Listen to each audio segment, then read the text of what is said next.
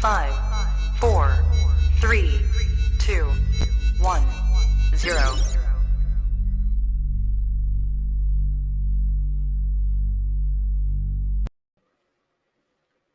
Unfiltered Reptile Podcast, episode 54. I'm your boy MJ, and Dave Levison is late. Oh my God. Dave, what a guy. Gotta love him.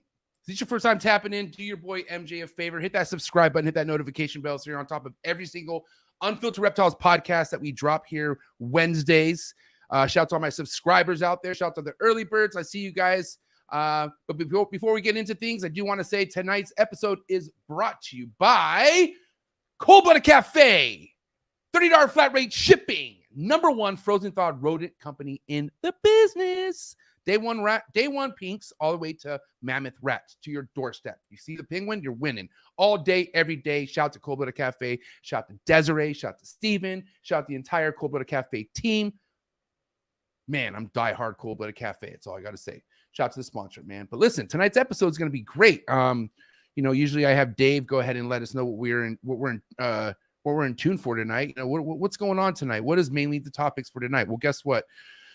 I got two buddies of mine who are coming on the show. Been in the game quite a bit.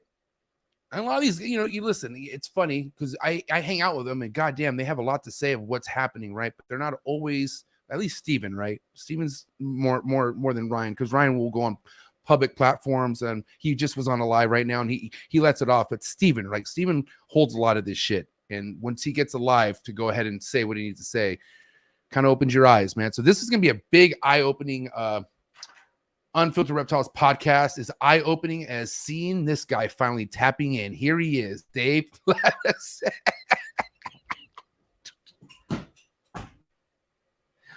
And totally redeems himself. God damn it. I'm not a guy who just, I'm very punctual, Dave. You're somebody I feel like, I made it. I always make it. I'm just saying, I feel like anything you do has a purpose. There's a reason why you're a little late, and it makes sense. Look at your outfit. You weren't dressed like this at sound check. This is nuts. I'm ready to brawl, buddy. I'm here to fight. Man, how you doing, Dave? Before we get into things and whatnot, how are you doing tonight? How's your week been? What's going on with you, Dave? I'm here. I don't know. Breeding snakes, feeding snakes, cleaning snakes, buddy. What do you know about Ryan McVeigh and Stephen Kush? I mean, I know both personally. I haven't had as many good conversations with Steve as I wanted, but I've talked to Ryan more than 1 million times over the years. We're both from Madison, Wisconsin. Beautiful. So this is going to be a great episode then. This would be a good chance for you and Steven to get some conversations in. More importantly, Ryan and Steven getting some conversations in, because I guess there's some heavy topic of conversations, around the legislations in certain states and shit hitting the fan, man. It's not good in some areas. Okay. Good response. I just want to say shout out to everyone in the early birds, okay, who is here ready to rock and roll for tonight's episode. I want to say shout out to Adler over at Serpent Eclipse Reptiles. Adler, what do you think of Dave's outfit, please? Anyone who thinks, I want to know what anyone thinks of Dave's outfit in the comments. If you don't mind dropping a comment, means a lot. Julio Fulio, what's good? Welcome in. Heath and Hatchery, the homie Brian, welcome in. Slithering Serpents, what is up? Welcome in. The homie Jason from Genomic Labs, what is up? Welcome in. Eric's More Factory, what is up? The homie Shane, SRT, Ricky Bobby, Chantel in the building. What's up, homegirl? Thanks for tapping in. Runyon Reptiles, what is good? Holbrook, Barbara J, my boy Barbara J in the building. Thanks for tapping in. A reptile I am. Are you sure? I don't know. Let's find out. Brandon Wheeler, what is up, Brandon Wheeler? Yeah, Brandon Wheeler in the house. Thank you for being here. Kyle Alexander. How you doing, buddy? The homie Jacob, Letter Better Fed, and we're going to end it with Father Blue Tree Monitors. Guys, like I said, what an outfit, man. I feel like I'm outdone right now, but it's okay because we're going to go to war, aren't we, Dave? Are you ready to go to war, Dave? Are you ready for this shit? War, buddy. Going to war, buddy. Well, guys, do me a favor. Stay hydrated. Be ready. It's going to get hot and heavy. We have tonight Stephen Kush and Ryan McVeigh, episode 54. Let's go. Blue face, baby. Yeah, I'm every woman's fantasy. Blue face, baby. Mama always told me I was gonna break hearts. I guess her fault, stupid. Don't be mad at me, I wanna see you bust down. basic crap. She threw it back, so I had to double back on the gang. Smacking high off the drug. I tried to tell myself 2 times enough. Then the nigga relapsed on the dead low. Ain't no running, Tatiana. You gon' take these damn strokes, Tatiana. I beat the pussy up, now it's a murder scene. Keep shit player, Tatiana, like you ain't never even heard of me. But damn.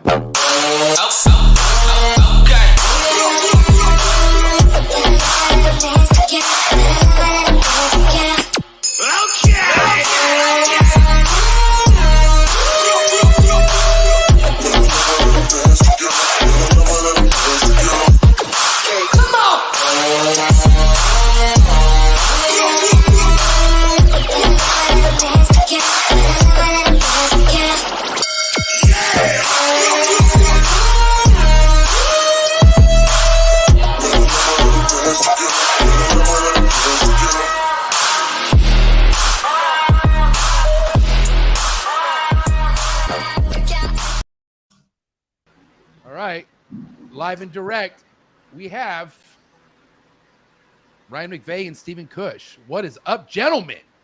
What's going on, man? Any entrance that we could have made would have been futile. Yeah. I'm like, wow, all right. I normally do the little eye thing. I'm like, I'm not going to try. I'm like, accept defeat. So, Well, I can tell you right now, the way Dave is dressed definitely makes my fucking thumbnail look like clickbait. It doesn't look like we're talking about anything serious tonight, but we are. Aren't we? I didn't know what we were talking about tonight. I never asked. Oh shit! Well, you're gonna find out, I guess so. I want to say first and foremost, Ryan McVeigh, how you doing, buddy? You just came fresh off a live right now. You feeling good? Dude, I'm feeling great. That was an awesome live. We were talking about anthropomorphism in the hobby and positives and negatives of it. It was really cool. Go check out Curly Haired Keeper on Instagram and watch that. It was a really awesome chat with there's some great people in the comments too. So I'm excited for this one too, man. We got some stuff to talk about. Definitely. I want to say first and foremost, how's Erica doing? How's the whole family? Everybody doing good? VivTech, how's everything? Dude, VivTech's rocking. Family's doing good. Kids are doing awesome. Yeah, no, everything's really good, man. Everything's been just kind of rolling. Bubs, Kush, Mr. CBC in the building. What is up, buddy? oh, just kind of same shit, different day. Snakes and rats and shipping rats and snakes and stuff, man. Lizards and crocodiles and how many years now? How many years now at Cold Blooded Cafe?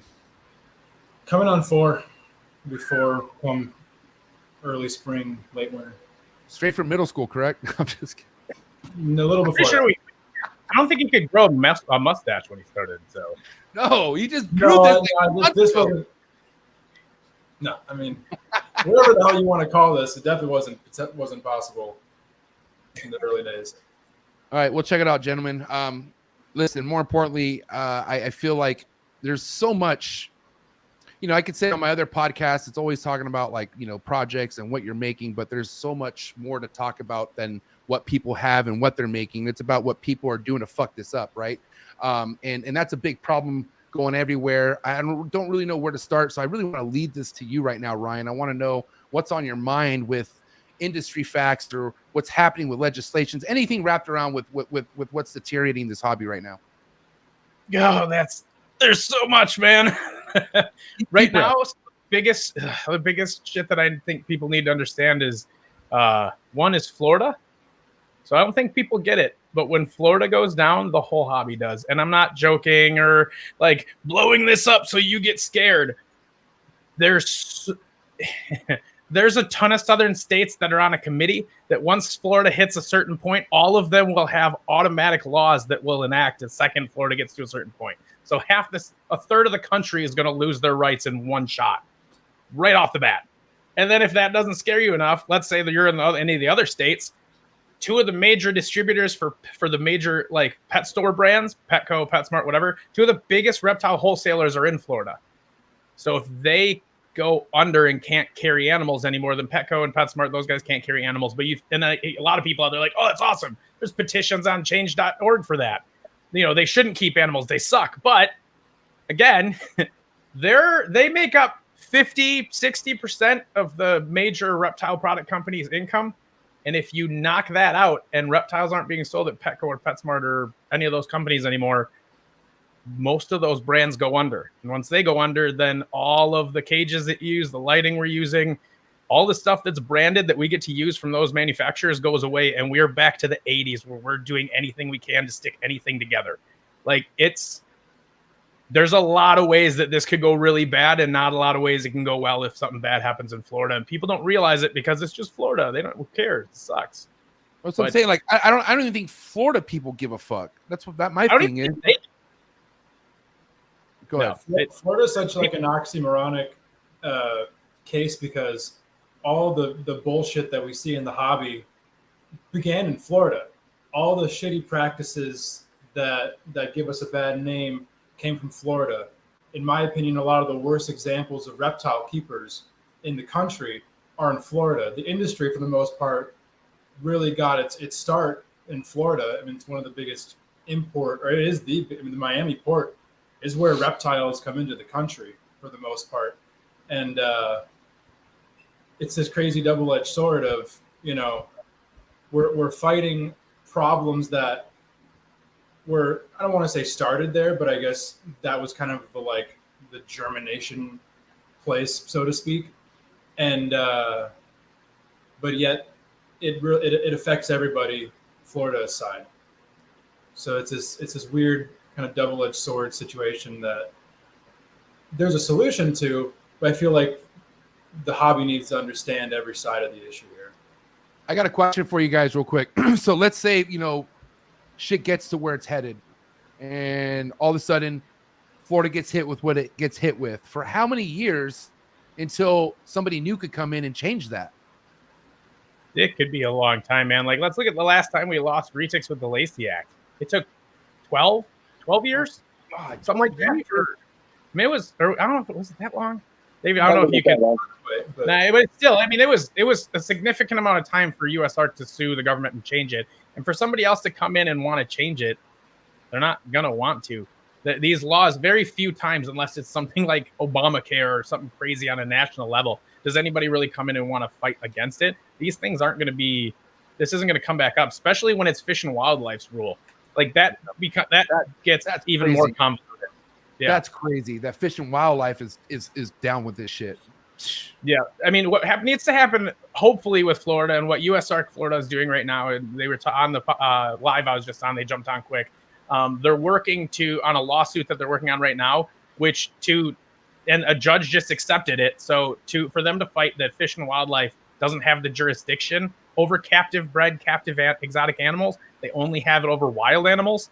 And that's technically how a lot of their stuff is written. So hopefully there's something there, because if they win that would take Fish and Wildlife completely out of being able to rule over exotic animals at all. What do you think, So Steven? what are the chances that passes? Or what are the chances they can actually move forward with that logic? Yeah. Depending on how, I mean, it really comes out to what kind of evidence they have and what the story is. What the reason, and this is something that I don't think a lot of people understand, even with the retic law and the Lacey Act. The reason we got shipping back, we didn't unban snakes or get animals off the Lacey Act. What happened was USARK found a spot or a court case from the 80s where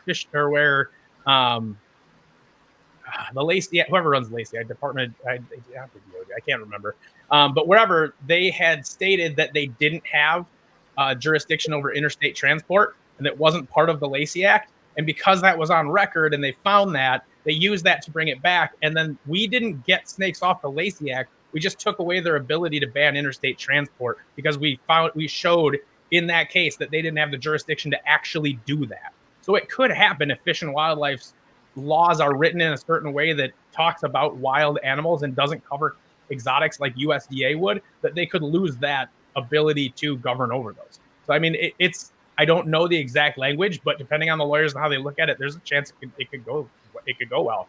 But it's not going to go anywhere if we don't fund it, and that costs hundreds of thousands of dollars to fight. Okay, and back to what Steve said. When you're questioning Florida breeders or making comments about how there's more bad ones down there, however you wanted to word it, what is that based on, though? We're just the fact that when these animals get down or out there, they can live. Is that what that's based on, or what do you mean by that? Not at all. And what I'm saying more is I think some of the more prominent, I'm talking about all reptiles, of reptile world in general. You know, the community that I'll primarily look at is the venomous community in Florida, particularly the YouTube sector of it. I think they're setting the worst example possible for the hobby with some of the biggest platforms. I have lots of people in Florida that I know and respect deeply that are doing the right type of thing with the reptiles. Shout to Cody. I have nothing against Florida. I just think that there's some of the perceptions that we face from the public are being derived from what we see in some cases in Florida. If that makes sense. I mean, I do agree that Florida definitely gets blasted a lot, and there's enough stories down there. But I don't know if it's just my news feed on Google. But I mean, I get something almost weekly about a snake found in a national park in random states. The last big incident when it came to a YouTuber, when it came to the venomous thing, was the cobra that got loose in North Carolina. There was the other incident in Missouri just 2 weeks ago. So, I don't really understand, the whole just saying Florida thing. Like, I get what you're saying to an extent, and there might be some examples, but what was the last big venomous thing that happened down in Florida that's affecting what's happening down there? I'm not talking about anything that has directly affected legislation. I'm talking about more just overall perception of our industry and just like standards of professionalism, more or less. Much broader than any individual instance, because one thing that Florida has done right and the keepers do right is that the system for permitting down there is extreme, and you gotta get your hours and your facility checked and stuff like that. So as far as that goes, that's very good. In a state, like where that cobra got out and the zebra spitter, where regulations were, I guess, non-existent, it allowed for a situation for irresponsible keeping. But then that also allows for more blanket legislation to come in where nothing exists in the first place. I do agree with that, but, and by the way, I'm going to not challenge everything because I don't agree with you guys. I'm on the same page. I promise you. I'm not defending YouTubers. I don't have anything bad to say about anybody, for the record, but I'm definitely not defending YouTubers that are going on their side. But when you made the comment about North Carolina, there is regulation in North Carolina. USARK NC had put regulations in place for venomous keeping, and in the end of the day, it was not enforced by the people supposed to be enforcing the laws. So, when he had his first animal bite him, there should have been an inspection on his collection. There was not an inspection on his collection, so they never knew there was an animal missing in the first place. So, honestly, it's not just on the side of one guy making a failure. It was actual multiple failures on that one. I think some of the pain for Steve in Florida is really, I think some of the more extreme YouTube reptile stuff comes out of, there's a couple, probably 2 or 3 YouTubers out of Florida I think you're thinking about, that free-handle venomous and dive into sewers to get berms and all that kind of extremist crap that feeds into that whole snakes are taking over. That's honestly, I see that being more of an issue that Florida brings, is because they have the environment for berms to lock in. They've created that rhetoric that when snakes get out, they can take over, because it did in one state, even though it's a state that literally mimics every tropical habitat in the world, and no other state does that. Go ahead. I'm sorry. No, I just want to say I love Florida. I'm sorry. I don't want to make it seem either. I don't want to make it seem like Florida's a big piece of shit because I do respect multiple, like a handful of great breeders down there that I look up to quite a bit. It's just like, as far as a whole, you know what I mean? And it's unfortunate because I think there's separate issues that we're looking at here. Sorry to cut you off. There's the issue of invasiveness, and then there's the issue of captivity, which as we know, they're at this point, for the most part, totally separate. So I think we got to look at those things separately, because the invasive issue, as Ryan just said, the media might make you think this is more than a Florida problem, but we all know this is a Florida problem. But hobby standards and practices and whatnot are obviously an issue that's going to span far past Florida, no matter what. Yeah, no, for sure. One last comment about YouTubers, and I was thinking about this the other day. A lot of this hobby, in my opinion, a lot of people really got a passion for it because, what was yesterday? Steve Irwin Day. How did Steve Irwin make a living? First thing I ever saw of him when I was a little kid was him jumping off a john boat onto an alligator, a crocodile, just this murky water. Like everything about him was late night television, getting bit in the face. There shouldn't be a surprise that an entire generation that grew up watching him created YouTube channels with the same basic concept, shock and awe, clickbait. What Steve Irwin did is positives.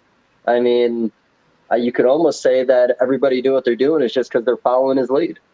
I mean, check this out. I mean, I had someone who went to Australia who was wearing a Steve Irwin hoodie, and he was getting shit for it. They're like, why are you fucking wearing that guy? That guy ruined a lot of shit for us. So there's people in Australia that they don't look at Steve Irwin the way we look at Steve Irwin. I'm not saying the whole country, but I'm just saying there are people out there who have strong opinions because Steve Irwin did what he did with animals. So, the thing is, we have platforms now. And the thing is, there's so many mini fucking wannabe versions of Steve Irwin. And that's the sad thing. Like, he was a part of an era where, I mean, I think even Steve would do things differently now if he was around. Like, I feel like, imagine if Steve Irwin was still alive.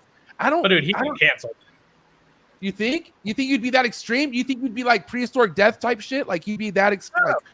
Like, go back and watch Steve running around with venomous snakes by the tails and diving on. I think that would stop though. That's what I'm saying. I don't think it would. That kind of stuff couldn't make it now. He'd have to adjust, and I don't think it would be like that anymore. Right, but I think he would be okay with adjusting. I feel like he would understand. Like, oh my god, this is creating a bad example. Like, look at these people. Like, look at all these YouTubers. Like, what the fuck is wrong with these people? Like, I don't know. Well, say in response to that is, Steve Irwin was kind of the genesis of reptiles becoming mainstream. That doesn't mean that has to be the benchmark or the standard by any means of how to move forward. It got us on the map, and that's a great thing. But by no means does that mean that any of us need to look at that as any sort of guide on how to do it ourselves. He did a lot of things that were pretty negative. So one thing too, like in his defense, and there was a balance with him, of course. Now, where he did do the shock and awe to get people gravitated towards him, he did a lot for conservation. He did a lot for, between the zoos, everything he did with, I don't even know how much land his family owns. He did bring people in with one thing to try to educate. And I respect that because that's what it takes sometimes. I mean, that's just our attention span, man. I got to see some shock and awe to listen to somebody say something that might be meaningful. It's just kind of the nature of the beast, I guess you can say. I feel like this, right? There was somebody in Steve Irwin's life who had the right idea, or I guess the right kind of vision, and that was his dad. From what I heard, his dad is still his dad's still alive, right? He is. Yep. I think so, right? Yeah. I've had people who know his dad pretty close, and to hear how there's a disconnection with the legacy of Steve Irwin and his dad is fucked up. It's almost like it doesn't make any sense. You know what I mean?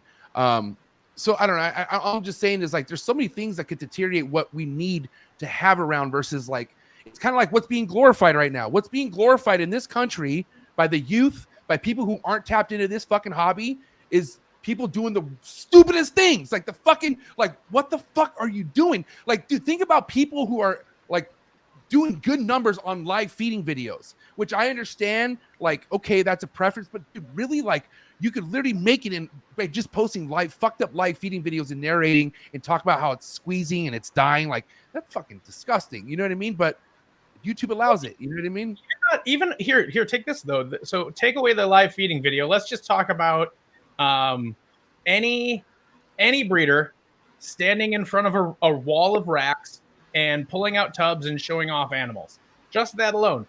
Just that's still going to have a negative impact in our industry. That's something that I really, really wish YouTubers and people that utilize YouTube to explain reptiles and share information would stop doing. And Ryan, we said we leave the ball python people alone. Ryan, ball pythons. Anybody? You promised me. Anybody? I'm just kidding.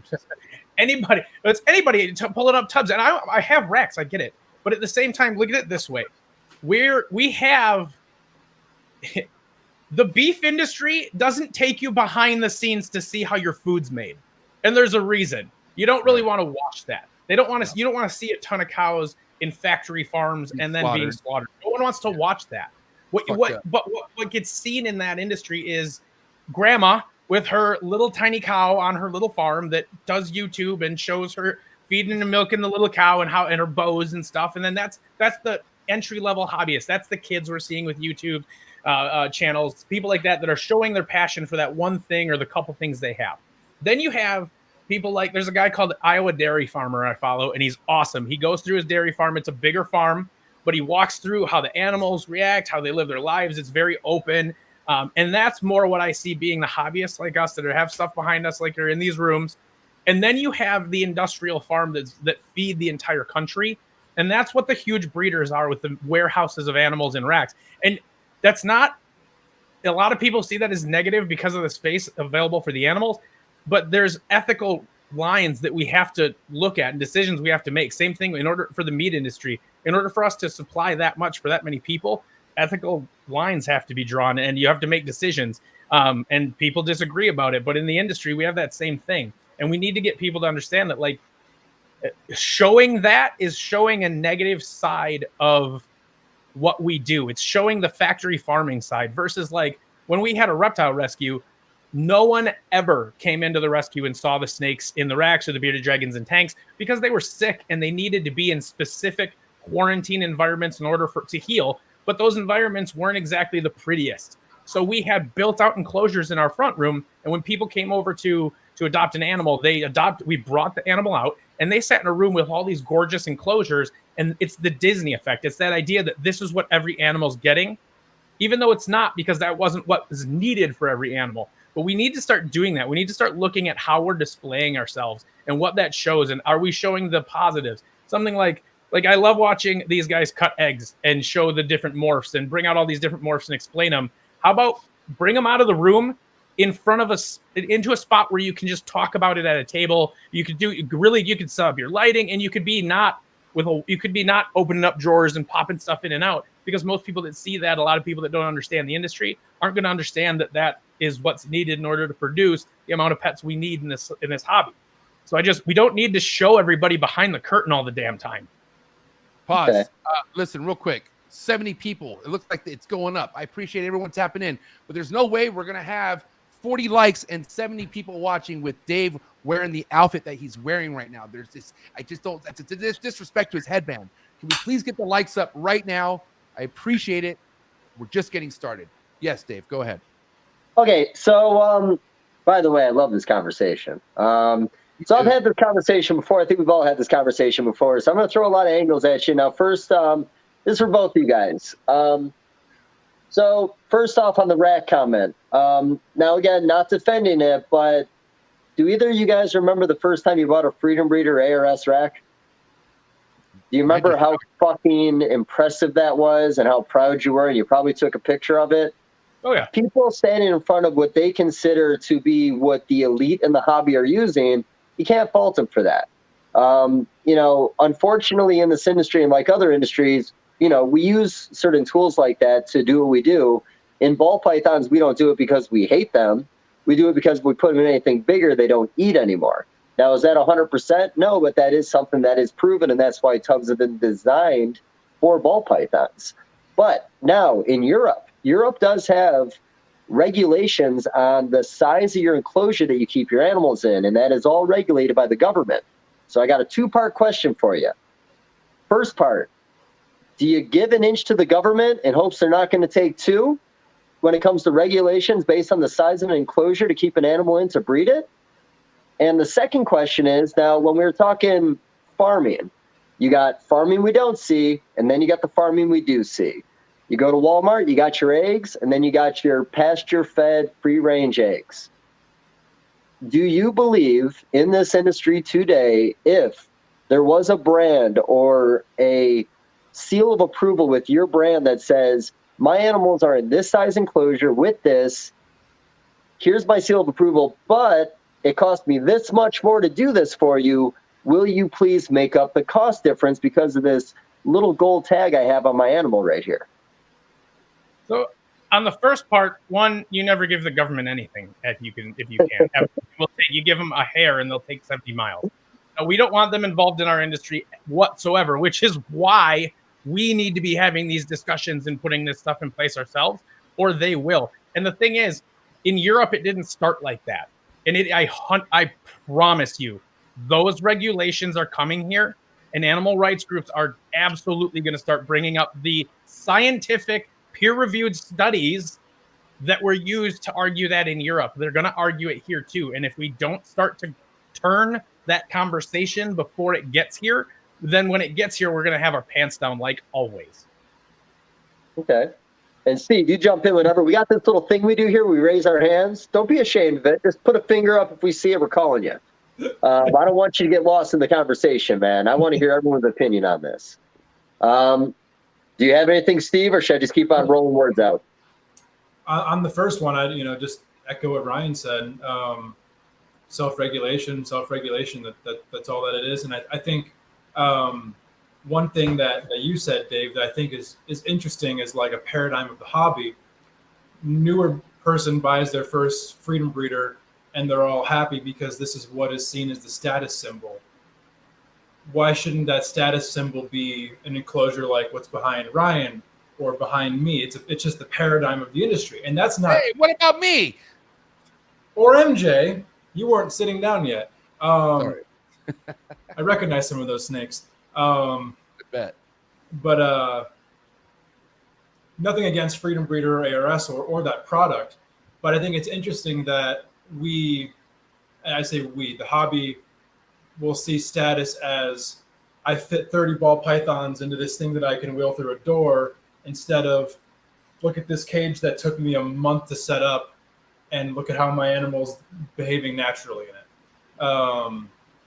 And obviously when you're talking about a business model, depending on what that animal in that cage is, you're wasting space. So there's something to be said there. But I think as far as the paradigm of this is the status symbol, if that was shifted away, would that change the behavior of the newer keeper?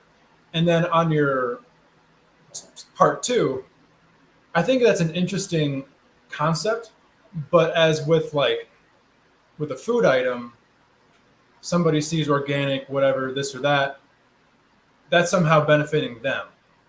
I don't see why. I just don't see that same value being derived in purchasing an animal, because as we all know, that ball python that was produced out of the 4x2x2 or the ball python produced out of the V70 is the same ball python.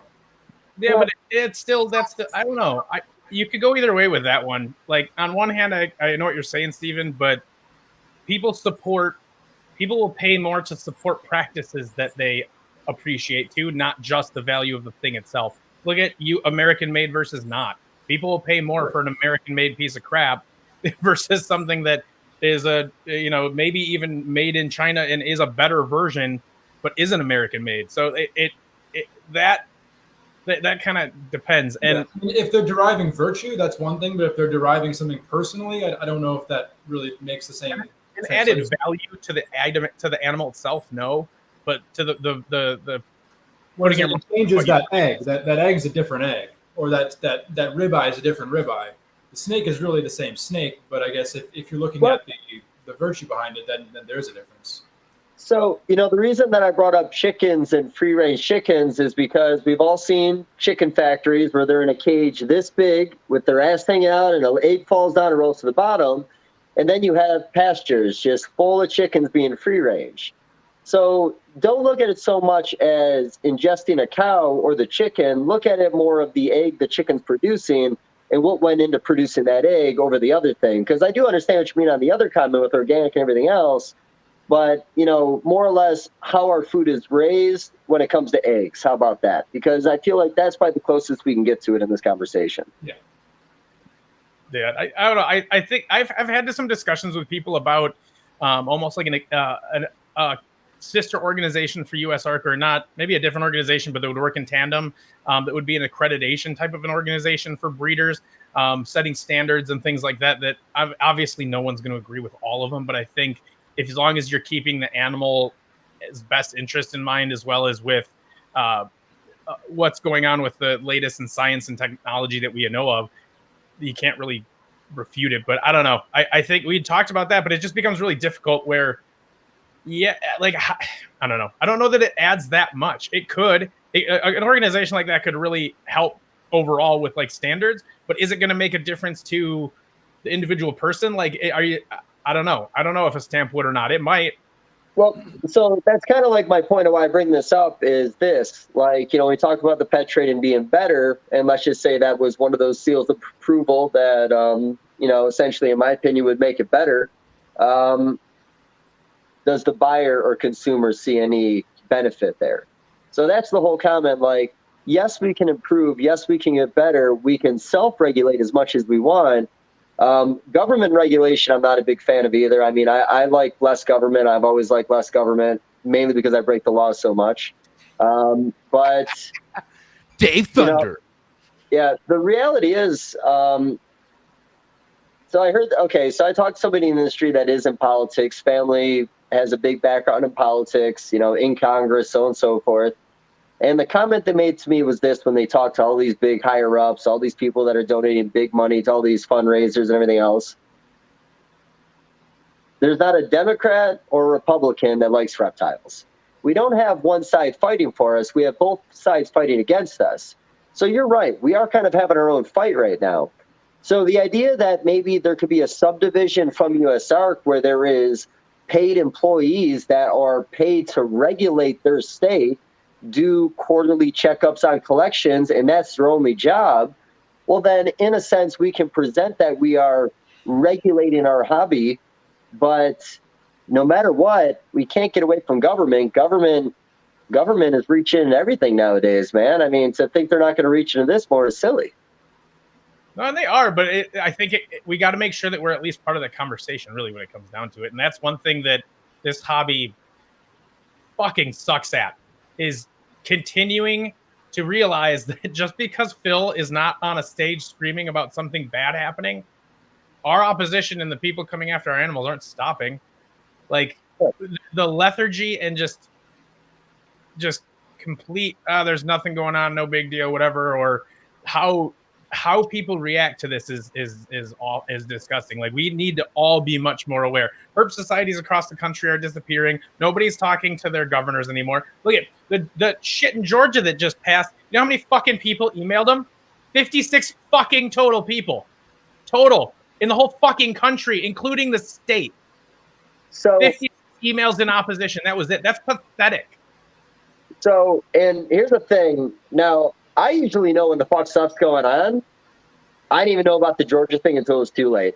Like, I don't know. Like we had, I talked to Phil Goss years ago, and we talked about just the social media aspect of USARK non-existent and how important it is to have that for educating. So even something as simple as a USARK YouTube page where they can actually go out, put out good video, put out content that's positive, turn it into whatever they want to turn it into to show the brighter side of the hobby. But right now, when it comes to USARK, social media does not exist. And honestly, social media costs money for business. Yeah. They can either spend money on lawyers fighting stuff, or they can spend money on advertising on Facebook so we see it. It's up to us to be on there and like and follow so that we actually see the fucking things they post. If you just like them and then walk away, you're not going to see that shit in your feed. And I don't want them spending money on ads. Well, not so much ads, but content in general. I mean, these YouTubers didn't get famous by paying for their content. They were fucking poor when they started. USARK has a YouTube channel. USARK does have a YouTube channel, and it is current, so that is also another way people could keep, stay on tap with things. Yeah, no, a better idea, instead of having USARK have to do it, because then USARK has to fund it, find the people, do this, manage it, all of it, would be if we could get all of the people that we have as contacts and friends that are big YouTubers to actually start really making this a part of their channels, to do an update at the end of a show that, hey, these are the laws that you need to pay attention to, or this is what once a week post something about what USARK is doing. People that have 1 million followers or 100,000 or whatever, those are the people that could be getting out to those to so many more people than USARK is going to be able to do with that without paying for it. Like, Ryan, without me wanting anything in return, and I fucking mean this, I literally dedicated every single super chat on Trap Talk for the first 2 years. Like, everything went to USARK, right?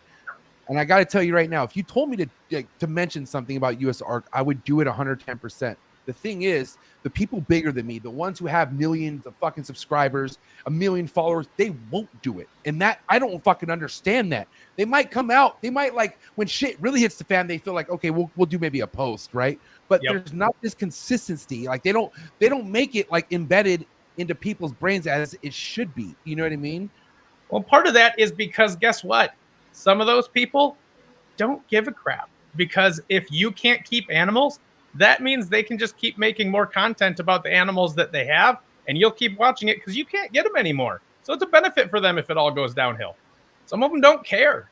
I'm telling you, there's a lot of people in this industry that people look up to that have one in particular that I know is called the industry of cancer, and has 7 figures of followers.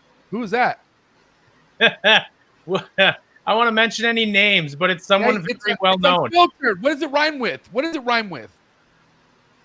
CBC?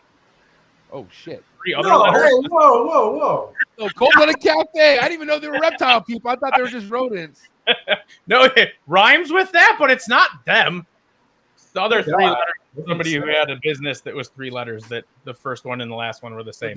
So this is why Brian Barczyk hates you, Ryan. Probably. That's the first time I've ever said anything, but he's... Are you sure? I am sure. I'm sure. That's there's people out there that just don't care, and that's, dude. I think he I don't want to play favorites. I love you, but I think he cares. I'm not, but I don't know. I just got. I'm maybe like look at Jay from Prehistoric Pets has very little. There's another person again. Okay, so different spectrum. There's somebody else who has a huge YouTube following, does a ton of shit, has donated very little to USARK, and who's also doesn't give a crap because they just export everything and then they have all their TV contracts and everything else. So why would he care? So I won't drop this person's name because I respect the shit out of him, but some people might connect the dots. But there was somebody who was in control of Jay's content as far as what was being put out, and when things were as bad as before as they were bad now with USARK, he mentioned, hey, should we do something with USARK? And he was like, nah, it's not that big of a deal. I've seen worse. And it's like, okay, but like literally right there proves that like, what the fuck? Like you won't do anything that won't happen to do with doing the hobby good. It's all about attracting the outsiders and letting us burn, like not giving a fuck. Literally, I just feel like a lot of these people are just literally just milking the shit out of it until this shit goes out. And it's like, well, I'm good. I made everything I needed to make off this shit. Go ahead, Dave. But then that brings you to kind of philosophical question of, do we want these people speaking the gospel of USARK as hobbyists? Like, do we really want the prehistoric pets of the world or the nerds of the world to be like our figureheads? No, but at least if they're saying something, the people that are watching them who don't know all of the stuff that we know and who look up to them, those people hear it. At least it would get to more people. Sure. Okay, so I got a question because again, I didn't know what the fuck we were talking about today. I probably wouldn't have dressed any differently, but either way, I'm fully committed to whatever the fuck's going on right now. So is this conversation about a 25-year fight we've had, or is this conversation about YouTubers' negative effects on the hobby and somehow they're the reason that things are worse now than ever before? Or what is this conversation right now? Right now, it's about people who are deteriorating what it is that is making anything worse than anything before. YouTube comes up a lot, and I think that the reason YouTube comes up a lot is a lot of the problems is because social media was never meant to be a thing. You realize that that's a term that didn't exist 15 years ago. And that when I had to sign up for Facebook, you had to have an email from a college, and it would input like my classes and show me who is it. It was nothing like what it is now. Social media has created this world where anybody can get a ton of views and can feel like they're the leader of whatever they're doing, that they're important because they're making content and people are watching them. It gives people this inflated self-worth, and then it also puts out a lot of negative content where people just don't really see what they're doing. I don't know. It's given people who don't deserve or haven't put the time in to have a platform. It's given them a free platform and a bigger voice. And because of that, we see so much negative crap. And you see it in every aspect of society. Even look at politics and look at social media. Jesus. Listen, Dave, I will say, man, one thing that put a really fucking sour taste in my mouth this year is when I realized no matter how bad it is, no matter what the fuck the circumstances is, big YouTubers will always stand behind big YouTubers because they need each other. They bounce back and forth off each other. And one thing I won't, sorry, Brian, I've said this before on plenty of podcasts before, right? And Brian, I love Brian Barczyk, but I went to his place prepared to talk heavily and strongly about why are you so fucking still friends with Jay when Jay's like literally the biggest piece of shit to me, and you do things right like as far as what I see in your store. How the fuck is that? Like, why do you want to be associated with that? He simply stated, well, he makes me look better. And I'm like, that's fucked up though. Like, that pisses me off. So basically after and he said that with like all the confidence in the world. I'm like, I don't have no argument. Like, he said that, like, there's nothing to go back and forth about. It's true. Like, there's always got to be a like, well, look how this guy does it. Well, they're going to see how I do it. More importantly, they're going to visit Brian's place and see the difference. That's why I'm so pro Brian, because I've been to his place. I see how his animals are taken care of. I've been to prehistoric death. I have nightmares still. I will never forget that place ever again. I don't want to get into detail. Dave, say something. Look, I got Dave. Nerd was one of the gnarliest places I've ever been. Dave is thundered up right now. Dave, go ahead, Dave. Tell me something. No, it's just, like I said, I love the conversation. No, here's the thing. Maybe YouTubers stick together because they're not really part of the community anymore because a lot of people have pushed them out. So you make comments, they all team up together. That's what they have now is each other. So they have the general public, they have their following, but when it comes to breeders, like you said, it's a mixed bag when it comes to breeders and how they feel about YouTubers. And that's it. It's just the money, bro. We're talking about money right now, Dave. I understand where you're coming from, but the reason why YouTubers are YouTubers and breeders are breeders because of the money. Making real YouTube money, especially back then when it was something, like we're talking before. Here's the thing. Every YouTuber is desperate to make old YouTube money. That's the problem. There's no more old YouTube money. It's going away. It's becoming harder and harder. So what are these fucking influencers doing? Becoming more desperate. Okay. The thing is, there's fine lines that are being walked that are just like, okay, that's not a fine line no more. You've done fall off the goddamn rope, and we need to get back. Like, we got to get back to like how we were talking about how if Steve Irwin was still here, he'd probably evolve. There'd probably be a change. We need somebody who's the leader in this fucking industry to want to be the example setter. We just don't have that. That's the problem. I mean, I don't know that we don't. It's just that those people, the people that are doing really great, don't get the attention of the people who do clickbait. And that's just really what it is. More people are ready to watch some idiot run around with a cobra than they are to listen to an educational video on why it's really awesome to keep red-eyed Crocs kicks. And you find it gets difficult that way. And the other thing too, though, one thing I will say is there is a huge shift. And I know if you guys you're at all the shows, you see it. And I see it dealing with more husbandry products than animals.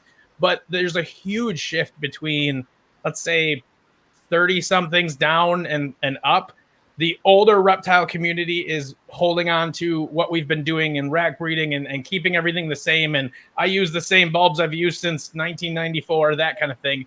And then you have the newer side of the community, which is growing up and coming in with this more naturalistic behavior and ideas. I have this. Okay, listen.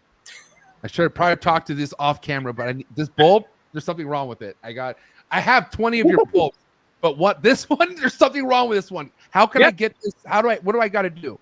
Just shoot me a message. I'll send you a new one. But anyone out there who happens to get a bulb and they need to replace it, what do they do? All mine are fucked up too, Ryan.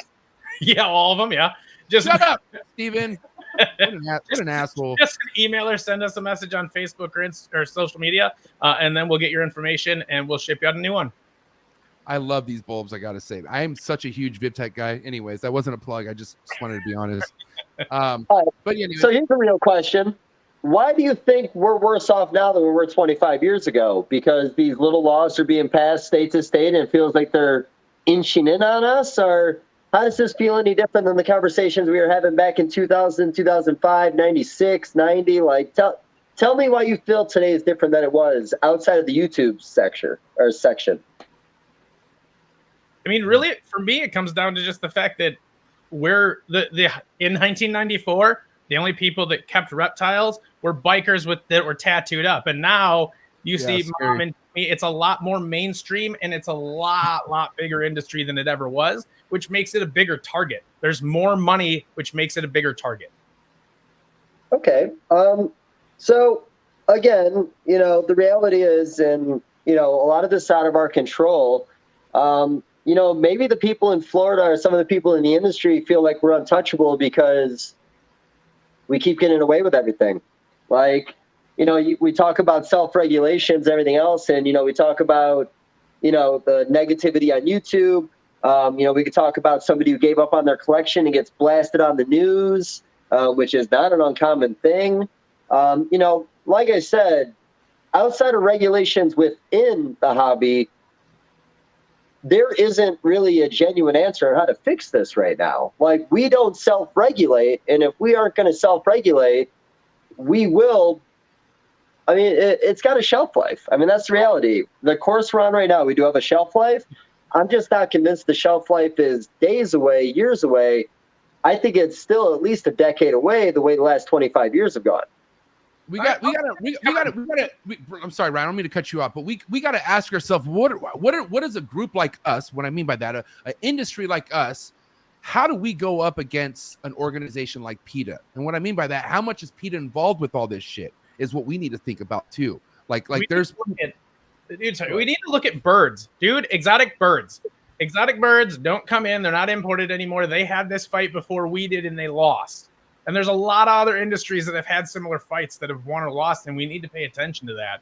Like, realistically, if we can get ahead and start doing some of the things now that the bird groups are doing because they got put in the position that they're in, then we might be able to at least fight back a little bit. At least if we can come up with, like I said, an organization that created standards and they were along with USARK talking to these government officials, and we were able to say, hey, we have a private organization, a private nonprofit organization that is regulating these, or at least that we're working towards providing that kind of stuff. The more stuff we have like that, that's scientifically backed and hopefully supported by people within different communities that have presence, like, the more we can do, the better. It's finding the people who have the time and effort to do it. That's the biggest problem for me. I know a ton of different things that would be awesome for this hobby. I just can't do them all, and we all have a lot going on. So, but it's up to some people to find. Anybody who wants to get involved and has some time, message me or like Phil and other people. Start helping us find ways to do this and make some movement on some of these big issues, because otherwise, you're right. If we don't start paying attention and we don't put some effort towards it, we don't really focus on the fact that this fight will not go away until it's actually something that we give a shit about on a daily basis, then we're just going to keep having this fight until eventually we lose. Well, and what I'll say is there's very few conversations that are ever had publicly about anything proactive. There's always the reactive, everyone and their mother sharing the USARK thing because there's a new national bill. But rarely ever do we hear talks about how we as an industry can be proactive. Whether or not there's a solution on the table right now, I think, well, for one, I don't think there is, but that solution's not going to be, we're not going to come up with it out of thin air. And I think the majority of people who would share that post in the time of need aren't even aware that their brain isn't even thinking about anything proactive. They don't even know that they could do something proactive to make us more like a more respected industry within animals, have us looked at more legitimately. And I feel like platforms like this is where those conversations are started, and where, a lot of newer keepers watch your channel, MJ, and they might not be exposed to any of this type of thinking without these type of conversations. Our channel. This is our channel right here. We're a team, and the puppet. Listen, does the puppet have anything they want to say right now? Like, I just want to. I feel like we're leaving it out. Well, I'm not sure. Let me fill you in on something. The puppet had a lot to say, and so I realized what the topic was. So it's just kind of hanging out now, to be honest with you. But if things get a little lighter at the end, we might get a little puppet action. I don't know for sure. So here's the thing, and Steve, you're so right. One of the comments that Phil Goss made when we were talking about this was, there's certain people that are extremely proactive when they need to be, but when they don't need to be, they're not. So when it's a hot topic, everyone's involved. When it's not a hot topic and there's still things going on in the background, people aren't involved. And, the one thing that the government really figured out, which honestly was kind of smart when it came to the attack on animals, was they stopped fighting all 50 states. They picked a state, they picked the state, they picked the state, they picked a small fight. So many small fights were going. I think even that, what was that, 2019 when the bill got passed in Alabama? I heard that shit happened like that. They didn't even have a chance to fight it. It was proposed and it was over before we even had a chance. But here's the thing, Ryan, I brought this up too, and I'd say it fell on deaf ears, not to be rude, but the bird industry, the fish industry, the bird industry, more, they've been doing this for years. Fish industry is feeling it also. Why is USARK? Why is not USARK part of the bird community? Why is there not a representative from the fish industry? Why are not all industries working together compared to working separately right now? Money. There's X amount of money that's going to go towards it, and everybody needs their piece, and that's it. That's why they don't all work together. So they do to an extent. Now, like with the Competes Act and the CARES Act and all the other crap that kept popping up in the last couple of years, USARK was the one that found the Lacey Act stuff in there and shared it with everybody. But no, they're not combining a lot of efforts, and a lot of it is just because part of it too is we all kind of feel like we're in different boats. Like I fought at the state of Wisconsin, and it was an exotic ban. The only thing I fought against was the fact that crocodilians were on it.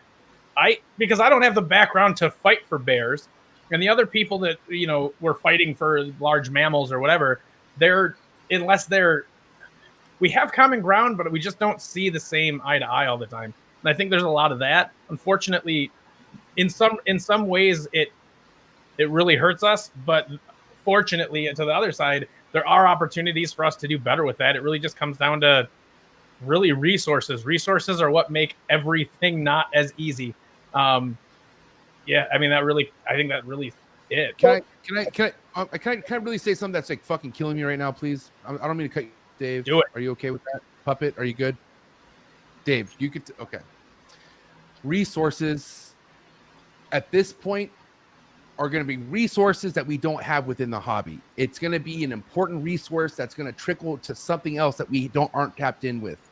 What I mean by that, as much as I talk shit about YouTubers, as far as the ones who are out there doing what the fuck that they're doing without really helping us, we do have the ones that we can, or at least I know we have the ones that we could go to kind of make us, help us get more in touch with these other, what I mean by that, like celebrities. I feel like at the end of the day, what's powerful other than the government are rich people, rich people, especially celebrities. One of the things that always stood out to me was how I heard about a story at Pomona. Leonardo DiCaprio went and got a tortoise at a fucking Pomona, and it was like groundbreaking, right? That can't be the only celebrity with that kind of status that loves reptiles. And in fact, it's a lot of celebrities love reptiles. We have to bridge the gap. And what I mean by that, when one of these big influencers are with somebody really big and famous, there has to be the talk of USARK. Like, there just has to be like, hey, do you know what USARK is? And like, I mean, some people would be like, dude, I got fucking mad money. Fuck that shit. Nobody's taking my animals. Dude, hello. If I was one of those celebrities, okay, like if I was fucking loaded, if I had that crypto fucking millions, I would go all in with USARK, okay? So I'm just saying this because now I know what USARK is. I did not ask Steven. I didn't know what USARK stood for when I first met him. I couldn't even pronounce USARK. I was like, because I thought USARK was NARBC. I thought they were the same thing. So when someone said USARK, I thought that meant NARBC. And I always thought it was combined, NARBC, USARK. So I was like confused, right?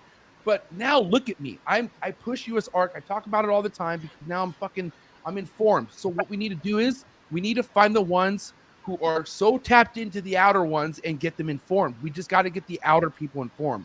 The big, loaded, rich people. Sorry. It's not just getting informed, though. It's getting them to care. The reason that we're informed care, that's what I meant. I'm involved, like how we care. Like I'm talking about like connecting the dots, like understanding what's at risk. Like I feel like if a lot of people knew what's at risk, like a lot of pet people, if they were like, what's like, are you like, think about the people. I've even inquired customers this year who don't want to breed. They just want the pet. They just want a pet. I love that. Okay, that's beautiful. But what if that's affected? I feel like those people just need to know more. So when it comes to the celebrity end of things, now were you saying we need a celebrity voice or we need celebrity money? You know what? Was it Sarah McLachlan on the goddamn? Was it her on the goddamn PETA commercials? Who was the one talking about like, oh, look at the, showing poor shots of fucking animals that were so neglected, right? And some people are like, oh my god, Sarah McLachlan, we gotta listen to her. Yeah, I do think so. I think we do need a celebrity voice. I do. So I think. What are the chances you're going to get a celebrity voice to back an industry with YouTubers that let cobras out and people who breed animals in small bins and assume they're not going to get canceled in their industry? Yikes. I don't know that it would go to that extent. Like, you'd really have to be. Well, you need somebody who's doing it. Like, for instance, someone like Slash or Kerry King. I mean, not they have very specific audience. Yeah, I know. Probably more, or like Ben Simmons, or there's people out there that are doing this who have big reach. Howie Mandel. Just saying. Right? We need Betty White right now. Nobody would say fuck you to Betty White. But that's the other thing too, is like Betty White and Slash and all of those people have done. How many?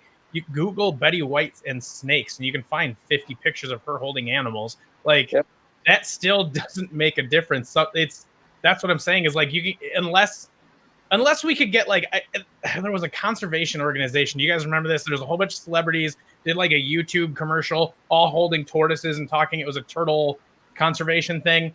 But they had a bunch of celebrities holding turtles and talking about like conserving them. And I don't remember what it went to, but that was the cost to do that is that would be half of USARK's budget for the year just to make something like that. Or, I don't know that it has that much of an impact. It may for a moment, but unless we get somebody unless Betty White was alive still and was like, I'm going to talk about this on every goddamn news station I go on.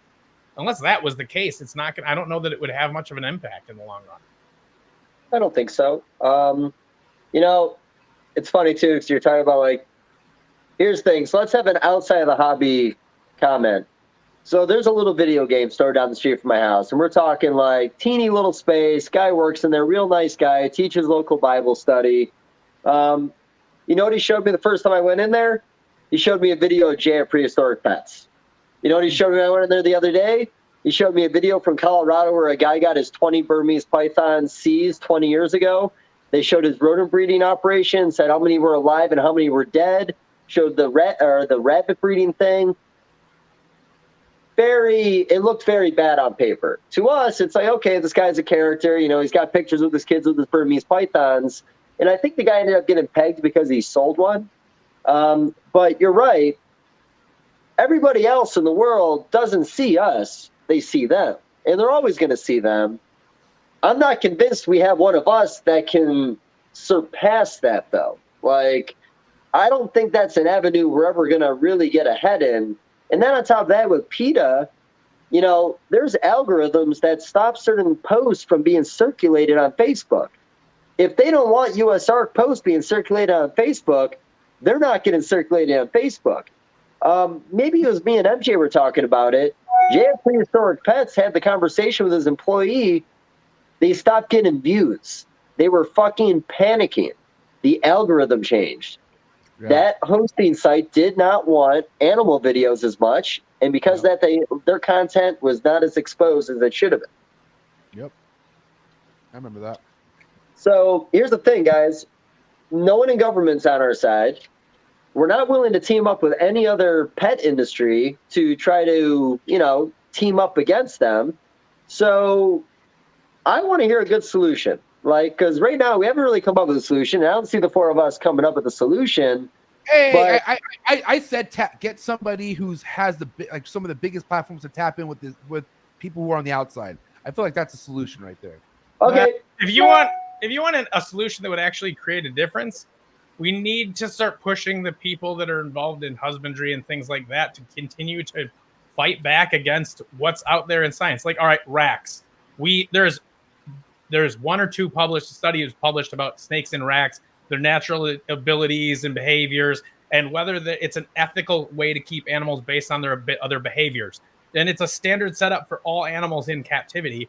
And they did that study, and that showed that. So that now Now, instead of just arguing that that's bullshit and fuck them, whatever, we should be reacting to that and creating something that puts us maybe a little bit more less of an argument in that. Maybe we change the standards. You don't pack a ball python into a tub this big and then shut it, or a blood python because they like tiny spaces.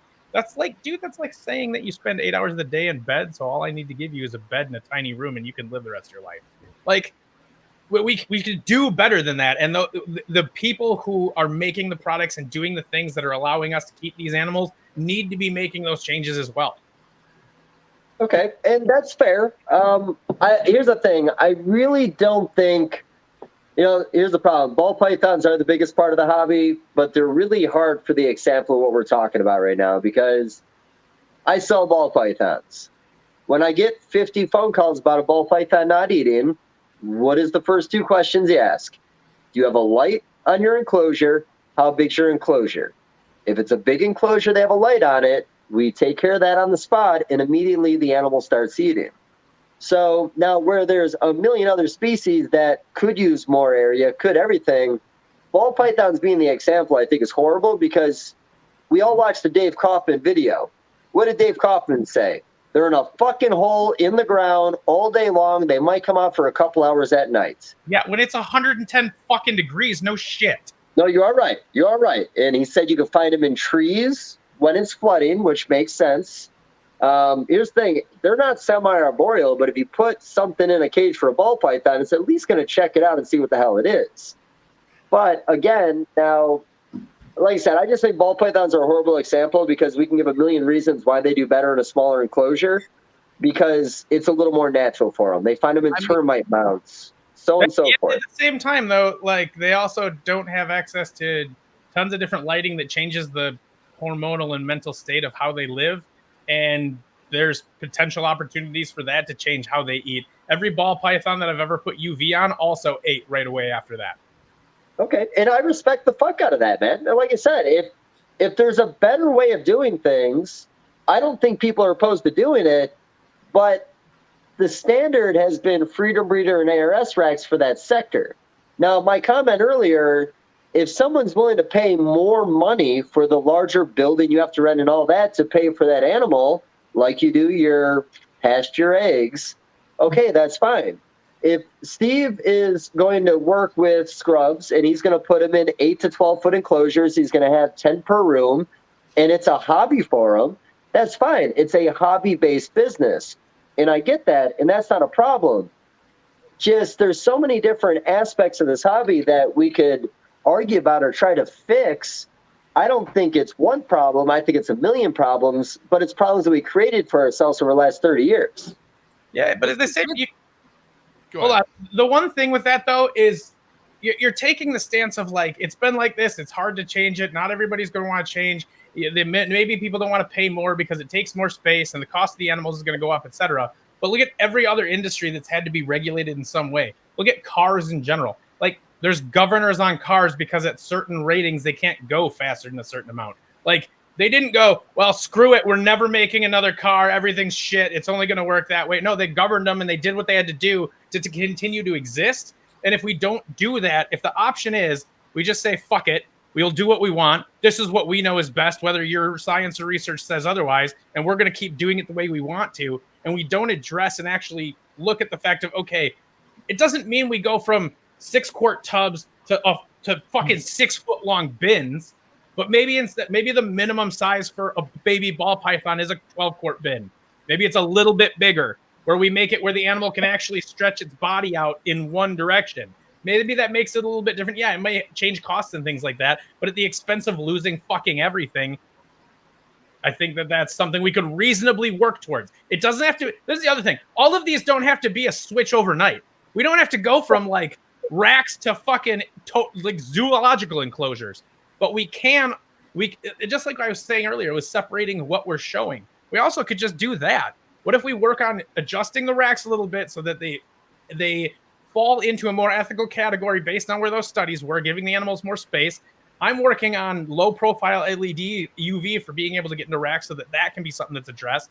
And then over time, we continue to work in that direction. But if we're not even open to it and we're just going to go, nah, fuck it, ball pythons live in a termite mine and they only need a little hole and this is all bullshit, then we're going to get screwed when those laws come up and we didn't do anything to make ourselves look better in the entire time that we had that opportunity. I mean, you're right. But again, if we're talking about what's best for a species, you know, the reason why everyone's bolins died back in the day because they kept them like every other python they ever had.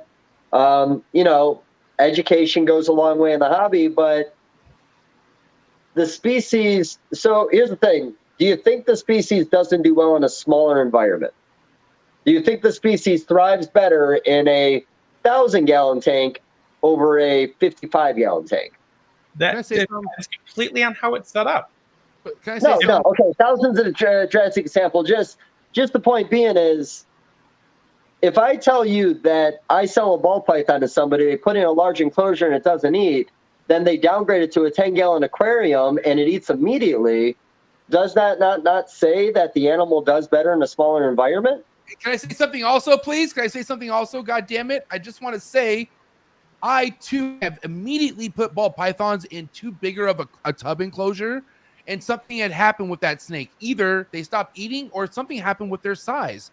And I'm not saying I haven't changed anything, but anytime I've kept a snake in a smaller ball python, we're talking like smaller versus the bigger, I've seen a growth like enhancement, but not only that, but like it eats good, everything, it just seems happier in a smaller confined area. I feel like ball pythons are put on this earth to fear its life. It's scared of everything. It doesn't want anything to do with nobody. It's a big pussy of a fucking reptile. It's happy alone in a dark, warm, not too warm. Okay, another thing I wanted to get to, I wrote it down here, guys. I hope you don't mind. Okay, if you really want to talk about a fucked up issue, the standards generally, all around, standards are really fucked up. How about once a week water changes? I don't care how big your collection is. Why would you change your waters once a week? That's a standard. That doesn't make any sense to me. That kind of pisses me off. You know how many collections I went and seen, and it's all shit in their waters, and the person looked at me, sorry, water's in 2 days. I'm going to do that on Tuesday. What? Change the water right now. But that's a standard. There's so many standards in this fucking reptile hobby that need to be fixed before we can even fix anything else. Like, it's the standards that are fucking us up right now. I can tell you that right now. Sorry. Self-regulating. That's it. That's the whole point. Because if we don't want to be Europe, we don't want the government to come in and say, okay, the length of your animal is this long, so it's got to be in a tub this long or a cage this big. This, again, comes down to self-regulating. And if the individual breeder is not willing to regulate itself, who do we put in place in this hobby to regulate each other? And that's my point before. We can hire somebody. We can create a whole new division in the hobby. Hell, what if we had our own division through government, like a Fish and Wildlife, to regulate the pet trade? Everything's said and done, it's going to be government. I'm sorry, guys. Government loves us. They want to touch us a lot. They want to be part of our lives. Government is always going to be there. We're never going to get away from government. You can pick and choose where you live to try to get away from certain things you don't like. Government's government. That's it. You can't get away from it, man. Yeah, that's true. That's it. Government is king. That's what's fucked up. That's why we need to tap into that side. Please. Now, this is not so much a political question, but here's a question. So when Phil Goss was, I keep on saying on, my other thing, a conversation with Goss, more Democratic politicians make laws against reptiles than Republicans. So he says. But now here's the big question. We don't know who the next president's going to be. Some people like DeSantis on both sides. Some like him more on one side than the other side. What happens if DeSantis brings all that shit that's happening on Florida and makes it a problem that's scale? Do you think that guy will bring his problems from Florida to the United States? I don't think so. I think it's such a pertinent hot button topic in Florida, and it's so much of a piece of the news. I mean, you can watch the news every week in Florida and see something about an exotic animal that got out, or iguanas or berms or something. There's something every week there. It's not like that around the entire country. I don't think it would get the heat and the energy that it gets in Florida.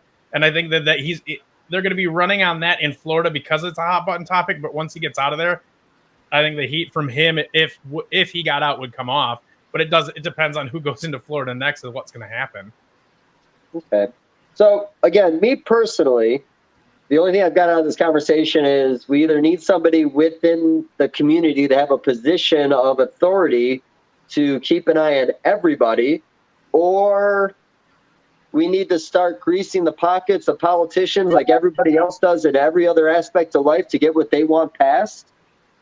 Like I said, I still think teaming up with the bird community and the fish community is not this impossible feat.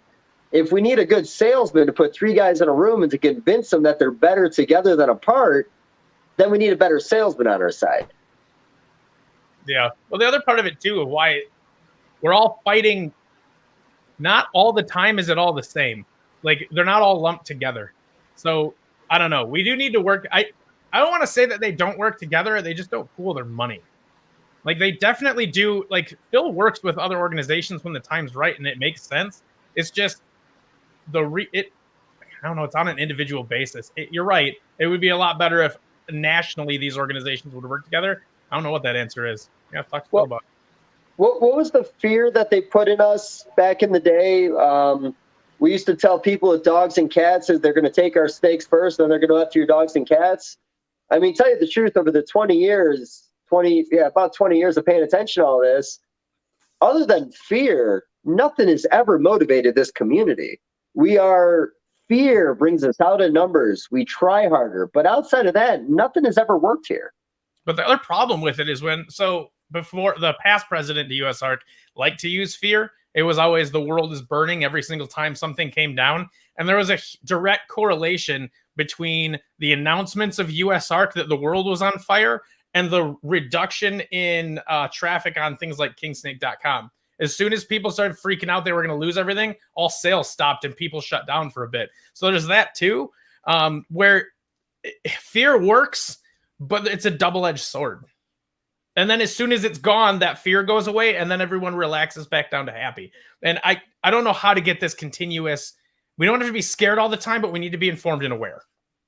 I agree with that. And your reference to Andrew Wyatt, well, in those days when USARK North Carolina was kind of getting started and all that, again, I bring them up a lot. You had your Mac Robinetts, you had Warren Booth. Tracy Barker was involved because she has connections in Congress, I believe it is. Andrew Wyatt is still fighting the good fight, but he's fighting another fight now. He's doing his own thing in a whole nother industry now, but he's still fighting for animal rights today. That's never going to change. But, like I said, strength in numbers, man. Let's not assume that it's going to get better if we keep doing what we're doing, because every time we win a fight, it's like we got to win the fight again. And we will never have enough money. And your comment was right. Back in 2007, when I was going to all the meetings in North Carolina, it was like 2004 and 5, I got rid of all my boas. I'm a boa guy. I got rid of them all out of fear. I was poor. I had no money. I had a factory job. If I lost my boas, I lost my chance of this being something I could do for the rest of my life. So I changed my collection to make sure that I wouldn't get pulled down with logs. I regret it. I wish I didn't, but you're right. When people get scared and they think something's not going to be there, the money goes away. People stop buying. Can I kind of capitalize on that real quick, Dave? Because one of the biggest fusses in the ball python industry right now and in that community is how sales aren't what they were. A lot of people are terrified right now, I could say. And I don't even want to say that it's the noob or the novice people in the game. I'm talking about, I've heard stories of the upper people being concerned. You know what I mean? How much of that do you feel like is an effect with what's happening with legislations and stuff like that? How do you lump the two? Like, what do you mean with legislation? Are you questioning whether or not that people, are you asking me if because of legislation, people are not spending money right now, like in this moment? Because I still think that everything going on right now is more economy based. Okay. Yeah. So more economy based versus the legislation is what you're saying. Yeah. Right now, that would probably impact us more than anything. But again, these are the flows of the hobby, and not just our hobby, guys. Every fucking hobby. Pokemon cards are not worth as much as they were 5 months ago. The plant community prices have started coming down. This is what it is to run a business, and the big guys do panic because they have a larger overhead, and you know, the small guy that has a day job that doesn't do well one month is okay. The big guy that depends on employees around him that he's got to pay for and everything else consistently has to do good. Steve knows all about this. If you guys have a bad month and you got 20 people working for you, who's getting fucked? One of your employees? Or are you going to fuck yourself to make sure your employees stick around for you? It's the way it happens. All the time. Yeah. So, I think, what is it? Justin Quebeca came out and he was making comments along the lines of mass producing might not be the answer. But, my argument with that is every aspect of this hobby has its place. I still believe that the pet community and the pet money is what props up the bigger breeders. I still believe the little guy trying to buy the dream to be the big guy makes money at a show and puts it all in one guy's pocket to get him a little further up in the hobby. There are a lot of different working parts of this hobby that have to work together for us to be successful. My comment, where the fuck would isopods be if we didn't all of a sudden give a fuck about bioactives? There wasn't an isopod before a bioactive. Now there's a fucking million of them. So we have to respect all the little intricate things about this hobby, because where maybe what you're doing isn't part of that little part of it, they all work together. So like I said, here's the thing. I always come on here to challenge. I, again, agree with everything we're talking about right now, but I would rather challenge what you're saying, because the more I challenge it, the more thought you're going to put into what you're saying. Like I said, I don't really have a solution. I've talked to people about what I thought could help or might not help. I've seen what people have done over the years, but I don't know what happens, man. I got Bavarian magazines from 1995 that showed how many people died from horses, dogs, cats, snakes. That was in that magazine for a reason. It was trying to prove the same point we're proving today, that snakes are not this big scary thing, but there's something that makes a very good villain. You know what? I'll be honest. I think I fucked up this whole podcast because I think we had a plan, and I think I threw it all the fuck off. No, not at all. It all hits home. I think it really, the one thing that we can all talk about, but it just really comes down to the fact that nobody gives a shit, which is really annoying, because most of the people that are in the rooms of people who are cheering USARK and chanting USARK aren't doing shit either. They just are when they're around everybody.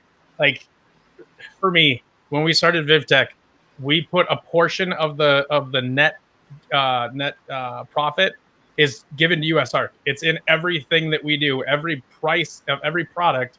Yeah, Erica made Phil Goss prayer candles. They donated all of it to USARK. We're trying to find ways to fund it. And if I'm making my money off of an industry, I believe that I should be the one fighting for it.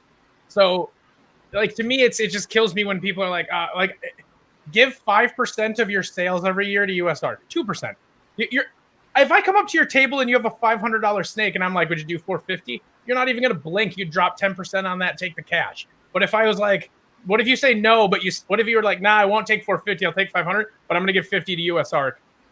That changes that conversation a little bit. And we all should be funding what we love doing, not hoping someone else somewhere else is going to do it. No, I agree with that, but don't forget who put up, and again, not defending the ball python guys. I love my ball pythons, but I don't want you guys, I'm fucking remember for being a ball python guy when I'm done in this hobby, I've done something wrong. Who put up all the money when we were fighting the Lacey Act in 2005 to 2008? It wasn't the berm guys, it wasn't the retic guys, it was a lot of ball python money, because again, the fear that they could lose ball pythons, those guys came together. Now, I'm not saying that there wasn't any money that came from other aspects of the community, but still to this day, I think a lot of this money coming in right now is ball python money, because these are the people in the industry making the most, so they do have the most to give.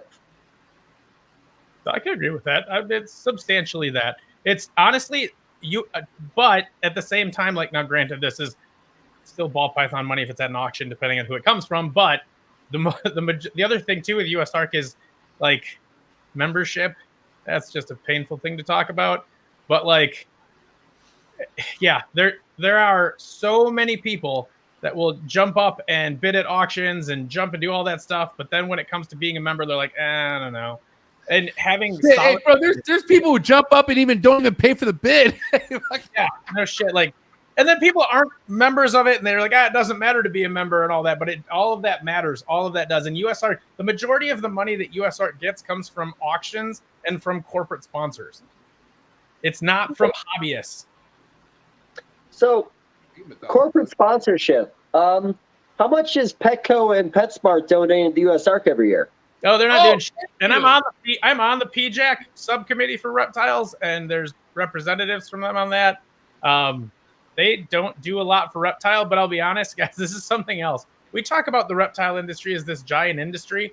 When you take it and compare it to literally, other than like it's one of the smallest things that all of those stores have.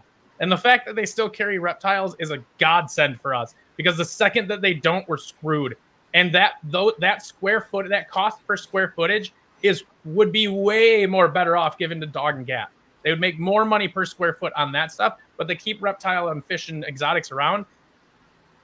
I wish they would put more into it. And the reality is that those companies have a bigger reach than all of us in this.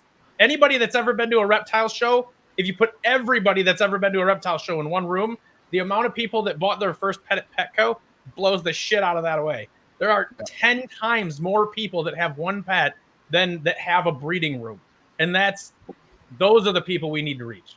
So I know, I don't know this for facts, but I know that as much training goes behind any Petco employee is very minimal. It's like, you know what I mean? So there's there's a lot of misinformation just being put out to people who have no idea what the fuck they're doing, but they take what they can get. But I feel like Petco or PetSmart know this, and they feel like, well, fuck it. They go and kill it. They come back and get another one. That's what we want. It's like, come back for another one. We want you to come back and try to do this again. But my biggest thing that I have a big problem with, or how can we connect this dot, guys? Going back to Florida. Florida, you said, Dave, has some of the biggest wholesalers in the country are out of Florida that provide to Petco and PetSmart, right, Dave? One of the two. One of them's out of business now. Okay, really? So let's just Gourmet say Rodent is no more. Right. Okay. All right. But why wouldn't they have something to do with telling Petco, PetSmart, I'm not going to sell you these animals unless you fucking do something with USARK, or let you, like, how come there is no relationship with USARK with Petco or PetSmart, and why isn't there ever going to be one? Like, why where's the disconnection at? I mean, why isn't there? I mean, that's the same thing I'm saying. Like, I get that a lot of these companies that supply cages and products to them are contributing always, but who the fuck's in charge of getting the money out of those guys? Because when you talk about big companies, I can throw numbers at you, like maybe Petco put out a loan for $8.2 million to make sure there could be a change of ownership for their company down there that supplies their reptiles. Maybe they put another $1.5 million in that company's pocket to expand drastically overnight. Okay, well, we do talk about how small of a part of the overall industry reptiles are. I mean, they put up $10 million to make sure that company was still around, so they had reptiles. So you can't tell me that somebody from USARK can't say, hey, why don't you donate $100,000 a year? It's good for you. It's good for us. It's going to keep this aspect of the hobby around. This whole saying, maybe the reptiles aren't that big. Okay, that's fine, but that's still a company that put out a $10 million loan to keep their reptiles in all their stores. Don't tell me they're not willing to put up a little bit of money. I don't think we're trying hard enough. I just think they don't give a fuck. They don't want to put up the money because they don't give a fuck. Plain and simple. Dude, I'm going to stop that right there. First of all, that's not true. Dude, I have been in their corporate buildings and in meetings with the people who run these companies. They do care. And there are amazing people at these companies that give a shit about animals. It comes down to, when you're into individual stores, it comes down to the manager of that store. I've been in stores that would make a mom and pop reptile shop look like shit, and that are Petco's. And I've been in mom and pop stores that smell like death. So how come USARK's on their commercials then, Ryan? How come they're not on their fucking? So what's the problem with that? I know the right guy. I'll go ask the right question. I have an answer for you. You can't sit here and write for them and say that they care when they're not showing any fucking ounce that they do care. That's kind of fucking weird. They put a lot of money into PJAC and some other stuff. USARK, there's more money out there going to places. I don't know why they don't donate directly to USARK, but I can ask the right people and find out. Maybe I'll have an answer for you in like a couple weeks. Show me a commercial. And by the way, Steve, I miss your pretty voice, buddy. I feel like at least putting the camera a little closer so I can see you better. Oh yeah. Oh man, blue eyes. Have they been blue this whole time? Okay. Okay, I respect that. I like that. I like that look, buddy. I'm just saying, why don't we try to run USARK like other companies run when they have to work with government? Now, we are fortunate that there are some people in the industry that have government connections that have helped out along the way, but who do we pay that's a full-time salesman? Like, my stepmother worked for the Boys and Girls Club. Her goal was to raise $4.2 million a year, and yes, she did make a commission off of that, but in the end, they got the number they wanted, and they incentivized her for doing so. Why don't we have a full-time salesman or somebody on the ground out there with a yearly goal that reflects the salary that they make? Like, you might not want to think that someone should take money for doing something when it comes to charity, but if you want somebody good to work for you, you got to pay for it. Yeah, nobody can work for free. I don't think that's a horrible idea. I just don't know how that would work out. The biggest, like I said, you get somebody on. You would have to bring somebody in on a commission basis. You have to have a salary for them for their first year or two while they build up that commission. And we can barely pay one guy. That's okay. So it comes down to money. USARK's budget is like $500,000 a year. It's something pathetic. I could sell like a motherfucker. That's all I know. Yeah, I'm not gonna lie either. I could clean up a little bit. I think I'd be pretty good for that. We'll talk about that in 3 or 4 years. Hey, Dave, imagine if we did like a Tommy Boy type shit. It was like me and you, we hit the road. You know what I mean? And we just I'm Tommy, and you're obviously, fucking the more straight-headed one. And I guess I'm the fat one. Really? Yeah, you're Tommy. I'm not Tommy. Is that what you're saying right now? Well, but here's my point. Okay. Well, maybe the problem with USARK, and I'm not hating on USARK, is it's not being run properly because there's a lot of missing things that would actually benefit them. You say it's $500,000, then there should be a guy working for that company with the goal of $1 million a year or $1.5 million. And I just said, if you could just squeeze 100,000 out of PetSmart and 100,000 out of Petco, two big franchise or two big companies in the world. One of them fucking owes that fucking Chewy company, doesn't it? Yeah. Unless Amazon bought that. I really thought it was one of the big pet companies. But if you had a sales guy who knew he could walk into those CEOs once a year and get 100,000 out of each of them, he just now raised 33% of what the yearly amount that USARK wants. I think that the reality is USARK found a way to make this work, and we've made it work for 20 years. But we're not adapting. We're not finding ways to get better. We're scooting by. We're doing just enough to keep the hobby here, but not enough to be ready for the next thing when it hits us. But again, I think part of that is literally just having the resources to grow. You have to be able to solidify what you're doing and then be able to grow from there. And you can't grow from there if you are continuously chasing your tail. And that's unfortunately where I feel like USARK ends up. They have just enough money to pick a couple things to fight each year. Like, let's say 10 states decide to do what Georgia did and the government goes after some bill. We're screwed. They don't have the bandwidth to handle anything like that. They can't. Phil has to pick a couple things a year to fight for just because of their resources and the lack of funding. Now, granted, yes, if there was a lot more funding, it'd be a lot better. But realistically, guys, that's got to come from us first to get him there. When 7 out of 10 people unclick donating $1 on fucking Ship Your Reptiles, you charge that to the customer anyway. It's a fucking $1. When 7 out of 10 people unclick that, that's the fucking problem. Oh yeah, it's hilarious. Same thing.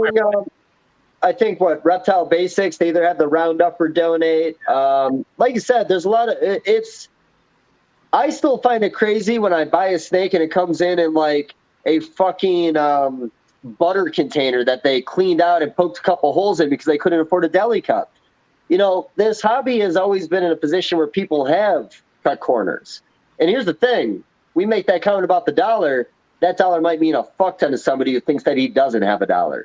So, and another thing about this industry, we can go back and see how much money USARK was making in 7, 8, 9, 10. I bet you their numbers were considerably lower than they were making the next decade afterwards. And I really hate to say it, you can feel the vibe at an auction when the show goes bad for the vendors. You could tell by the way people are bidding. The reality is this hobby needs to make money for people to want to contribute more. And the years where we're making the most money is when we contribute the most. We had some record-breaking auctions a couple years ago. I don't think we're going to have them the next couple years, though. And that's the reality of things. So what do we do to offset small donations in the industry? We need to get it from somewhere else. So again, if USARK had a full-time salesperson, and that again, I don't know why this is not a far-fetched concept, they could take so much pressure off of Phil Goss. It could be people out there doing their job. This is a company. We need to treat it like a company. I think, and again, I'm not shitting. I'm going to take a lot of shit for this. I think there's always room for improvement. If money's an issue, we need to hire somebody to make us more money. And that's all there is to it. I think for one thing, if you're as right as you say about managers being the influences behind what is being advertised at those stores, then anyone who's involved, or excuse me, anyone who's in an area around those goddamn Petco's, PetSmart should make a relationship with those managers. And maybe all it takes is one stack of fucking USARK brochures and you explaining what they are and say, can I please leave these just at your front? And you know, because listen, I can't tell you this, you know, maybe they're not knowledgeable, but it seems like people who work at Petco do love animals. I've yet to kind of, I mean, I don't know them directly, but it does seem like they do care. It's just the knowledge, you know what I mean? That I don't think there's enough training going behind what needs to be put into them. I will say, shout out to Alyssa, you know, but check this out. Her local Petco, she's had USARK cards at their front desk, and the person managing this Petco has been USARK supporter the whole time this person's been managing it. So that's the first time I've ever even seen anything like that at any Petco, but that could maybe be the case at a couple other ones. It's not the case here in San Diego. Maybe I need to be the rep, but it's going to cost you guys a lot of money. Depends on the relationships, man. I mean, that's one thing. So on the PJAC subcommittee, we were working on trying to find state representatives, people who could volunteer their time to be like, for me with Wisconsin, or Erica with Illinois, being the person that was constantly paying attention and at least was able to go to the state if something needed to happen, just a point of contact. And it was incredibly difficult to find one person in each state to be a contact for that, let alone trying to find people to come up in different cities. I don't know what it would take for everybody to kind of take a moment and go, you know what, we could all share our passion just by like taking a stack of cards and dropping it off and saying like, hey, they're trying to take away all the pets. That section of this building is going to disappear. I'm going to let some people have these cards. Like, most of us could have that conversation. It's just, you got to go have it and being, I guess, aware of what you're doing and having that moment to go, oh, I'm heading to Petco to grab crickets. Maybe I should tell them about something, is something that not everybody's going to run into. So again, and I don't want to sound like an asshole, you guys are all thinking way too small. You guys are talking. Okay, here's a question. You ready? I just Googled it. Ooh. How many Petco locations are in the United States? Over 1,200. A lot. 1,500 plus. Moving into Puerto Rico, Mexico, and so on and so forth. Why the fuck would you talk to 1,500 people when you have to talk to one higher up? Like, you talk about feet on the ground, and that's great.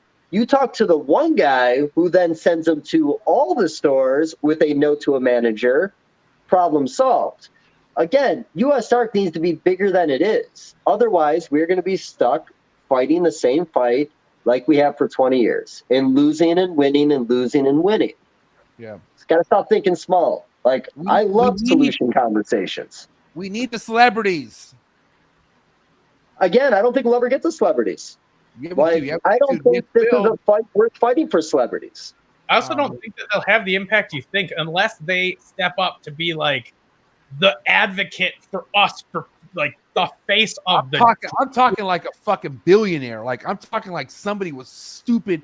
Like, what if, like, you know, okay, this is reaching, but let's find out Elon Musk's daughter was obsessed with snakes, and she was like, Dad, I want to breed snakes. Like, I'm just saying, like, we need to find someone whose kid is obsessed with animals and whose dad is a billionaire. We need to go after those people. Money is power. I'm telling you right now, that's what we need to do. And do you know what you need for a thing like that? You need a fucking salesman to talk to these people that's relating to these people, taking these people to dinner, and so on and so forth. Miguel Garcia. I like Miguel. I think Miguel's very well spoken. I think he fits into the community in California just fine. But do you think Miguel needs a full-time job on top of his full-time job on top of his full-time job? It'd be really expensive. I'm not gonna lie.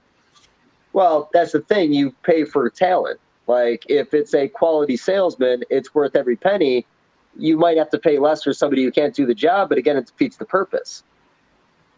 I can't even get Miguel to call me, so I've been asking that guy for a t-shirt for 4 years. I've never got one. Oh, like Steven, I want to know really your thoughts on everything that we're talking about right now. I mean, is there any solutions going on in your head right now, Steven? Did you go to the bathroom yet? I have. Yeah, it was a while ago. Thank you. Sorry. I'm pretty high. But what are your thoughts on all this? I mean, there's two ways to look at it. There's the kind of like a top down and a bottom up approach. And this has been, to me, very much like a top down conversation of how do we fund USARK better? But I think to call back to much earlier when Dave was talking about, I think, guy in Colorado, if I'm not mistaken, with Burmese pythons in shitty conditions, what can we do to eliminate that from the bottom up? What do we do to eliminate that bottom portion of our hobby that is total garbage trash that we have to drag along with us because there's strength in numbers and unity? But when really we'd love to take a knife, cut them off, and have them all drop down to where they can never have animals for the sake of the animals alone and also for the rest of the hobby. I think that there needs to be an approach from within the hobby too of not just raising standards of keeping, but just raising the level of education, raising like a theme of, or just like a mindset of I'm here to learn about animals. I'm doing this because I love animals, not because I want my Freedom Breeder rack of ball pythons to make me $100,000 this year. And that $100,000 worth of ball python money is needed to pay for the items in the auction to go fund USARK. That is definitely true. But I feel like if there was more of a mindset change towards, I mean, look at like the aquarium hobby. People love aquariums for the aquarium itself and the fish inside, but the aquarium is a big part of that too. If there was a paradigm shift to, like, let's make my own little mini zoo in my house, along with we have this breeding industrial aspect of the hobby, I think we would have a much better public face. And if that was something that a new keeper sees in the initial, okay, I'm getting into reptiles, I'm going to YouTube, if they can see that kind of, let's say, propaganda, so to speak, using a kind of a dirty word, but this is what their eyes are seeing, I think we would have far fewer cases of neglect, abused, oh my God, look at these reptile idiots, they abuse their animals, I can't believe we let anybody do this. What's the dog and cat community doing to make sure people don't abuse dogs and cats? That's something you can't stop. You can't stop the bottom rung of a hobby or any group of people because it's always going to exist. The only thing you can do, in my opinion, is we continuously push back on people like that and we push them out. But it's up to the people that are there at the shows to do that. Like, when Slither shows up at shows, anybody that lets that guy into a building, you don't give a crap. You're just promoting garbage husbandry and shit. So then, do we call out people like NRPC who let vendors do we call it Rami? Do we call it fucking Brian Potter and Bob Ashley? Who I mean, we got to be real about this. Are those the people we call out? They've been called out by people who were there. Like, it just depends on how we got to get them to. I don't know. I don't know what's going to change their mind, but yeah, push back on them. I know Nikki Smith went up to Potter the second she saw him there and said something. Because have you talked to Potter personally about this, Ryan? I haven't personally, no, but I wouldn't have a problem talking to him about it. I'd be interested in his. What about Rami? What about Rami? Again, no, I haven't talked to either of them about it. I've just kind of been in the background and watched it, but I wouldn't have a problem talking to him about it. Just hasn't come up with for me. But no, that conversation needs to happen. Like we to an extent, like it's also got to make sure that we don't have all the bullshit and the infighting. Like if there's a guy at a show that has sick animals, that should just be an easy, dude, you got to book it. You're out of here. We're done. And it shouldn't be an argument between, but at the same time, it can't just be this infighting bullshit either. It's got to be a legitimate, like, you just because you don't like the guy, you can't get him kicked out. But you know what I mean? Like we all need to be paying attention to that stuff and just not support the people who do that shit.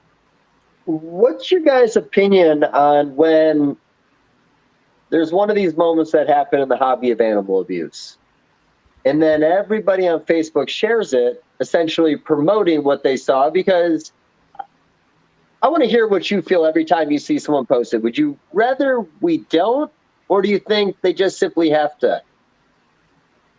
Post what? Well, when somebody has a collection dying, or maybe there's a bad image that's posted on someone's page, we have a community that will copy and paste it onto their Facebook page to share it, to share it, to share it, to share it. Right. Now, maybe in that moment they think they're doing something positive, but all you're doing is exposing a very small percentage of bad people in a very large hobby doing a bad thing, which reflects badly on everybody. Right. That's the shift people just have to have. I've had that conversation. Anytime I see that stuff, I'll post on it. Hey, how about instead of sharing the news article, if you really have to share it, share a screenshot of it, not the actual article, and then talk about what's wrong with it. This person, you know, like in California, there's a guy, how many of these collections that, you know, the animal's dying, something happened to the guy, he had something go wrong, whatever. And that stuff gets in the news. And when you see people share that, you just I try to say something. I'll message them and be like, hey, how about instead of sharing the article, share a screenshot and then talk about what's wrong and how we as an industry are working to avoid things like that. And then share some, follow the Madison Area Herp Society. They post an enormous amount of really positive reptile-related articles. Share one of those. Do that instead of being like, look at all this. Look at this massive shit stain on our hobby. Let's fucking put a spotlight on it. Clickbait, buddy. Everything is clickbait, and people love posting clickbait. And you know what, dude? Listen. At the end of the day, it's like I'm not trying to hear to say, oh, you know, I support the whole clickbait, I guess, fucking vibe. But YouTube, it's all about clickbait. It is. You have to do something that's drawing to why people would want to click on it. Now, mind you, there's obviously in my world, there's a line that you walk, and it's just, it can get out of control. But here's the thing, it relates to the money. The only reason why I know about this clickbait shit, the only reason why I know if I need to switch this to get more views, because YouTube shows me and I see it. Now I understand why people do what the fuck they do now. But I just know I don't want to be that desperate. I'm okay. I'm good with my little fucking organic following. I don't want followers who are obsessed with just extreme shit. It's kind of going back to people who are growing a following based off fucking live feedings. You're growing a fucking attention of just some fucked up people. It's kind of like people who are extremists and like want that weird, like, kind of like, I don't know. If you want to see something that I don't ever understand is the majority of comments and a lot of these fucking reels and shit, it's fucking people with the most stupidest things to say. And it's like, oh my God, it's like, it's not really progressive to me at all whatsoever. But it's like I said, it's just case by case, depending who it is. Dude, social media and the internet give a platform to anybody. You don't have to have any fucking credibility, any experience or anything to make a website, to post on Facebook, to make a post, to put your opinion out there. And the problem is that social media gives everyone this idea that because they're part of the community and they're out there posting stuff they know, and that's just not true. Like I'm getting to a point where people, if they come up to me and ask me for husbandry questions, I tell them to go find a book. Even if it's 10 years old, it probably has better information, because you know what? Wow. Publishers don't listen to any asshole. You have to have credentials before they'll drop $20,000 on you and publish your book. Like, there's more to it.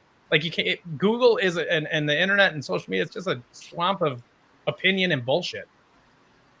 But it is life, buddy. I know. It sways elections. It does everything it does. It's such a big part. We can't fight it now. It's life. So how do you adapt to it? Just let Elon Musk kill Twitter and it'll all just fall apart. You know what? That could happen. I don't think that hurts us, but there'll be something else that comes up. We've been seeing that the last couple of years. There's new sites to fight the sites that already existed for years. I heard somebody recently bring up something along the lines, if Elon offered more money than YouTube does for people to come bring content back to his page, would it bring people to Twitter?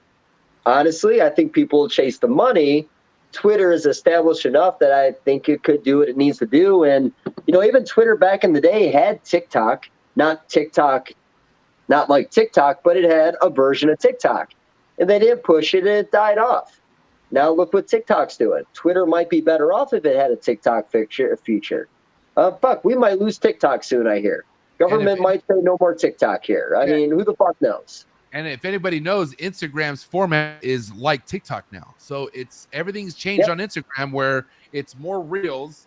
One thing that I do pay attention to people who have a good traction of building a following on Instagram is Instagram makes you do what they want you to do in order to build a following. If you don't do these things, like play the songs that they want you to play, have a certain long video that you like a lot of people think they need to put a long 60-minute video or 60-second video. No, like the shorter the clips, the better, because it gets people to rewatch it.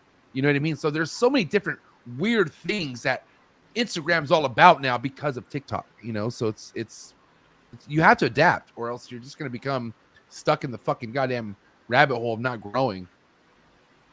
I mean, I'm a broken record on this, but I just really feel like there's a lot of improvements we can proactively make with USARK as a company now to expand it to be a larger company with more working parts, not expectations of one guy doing everything always.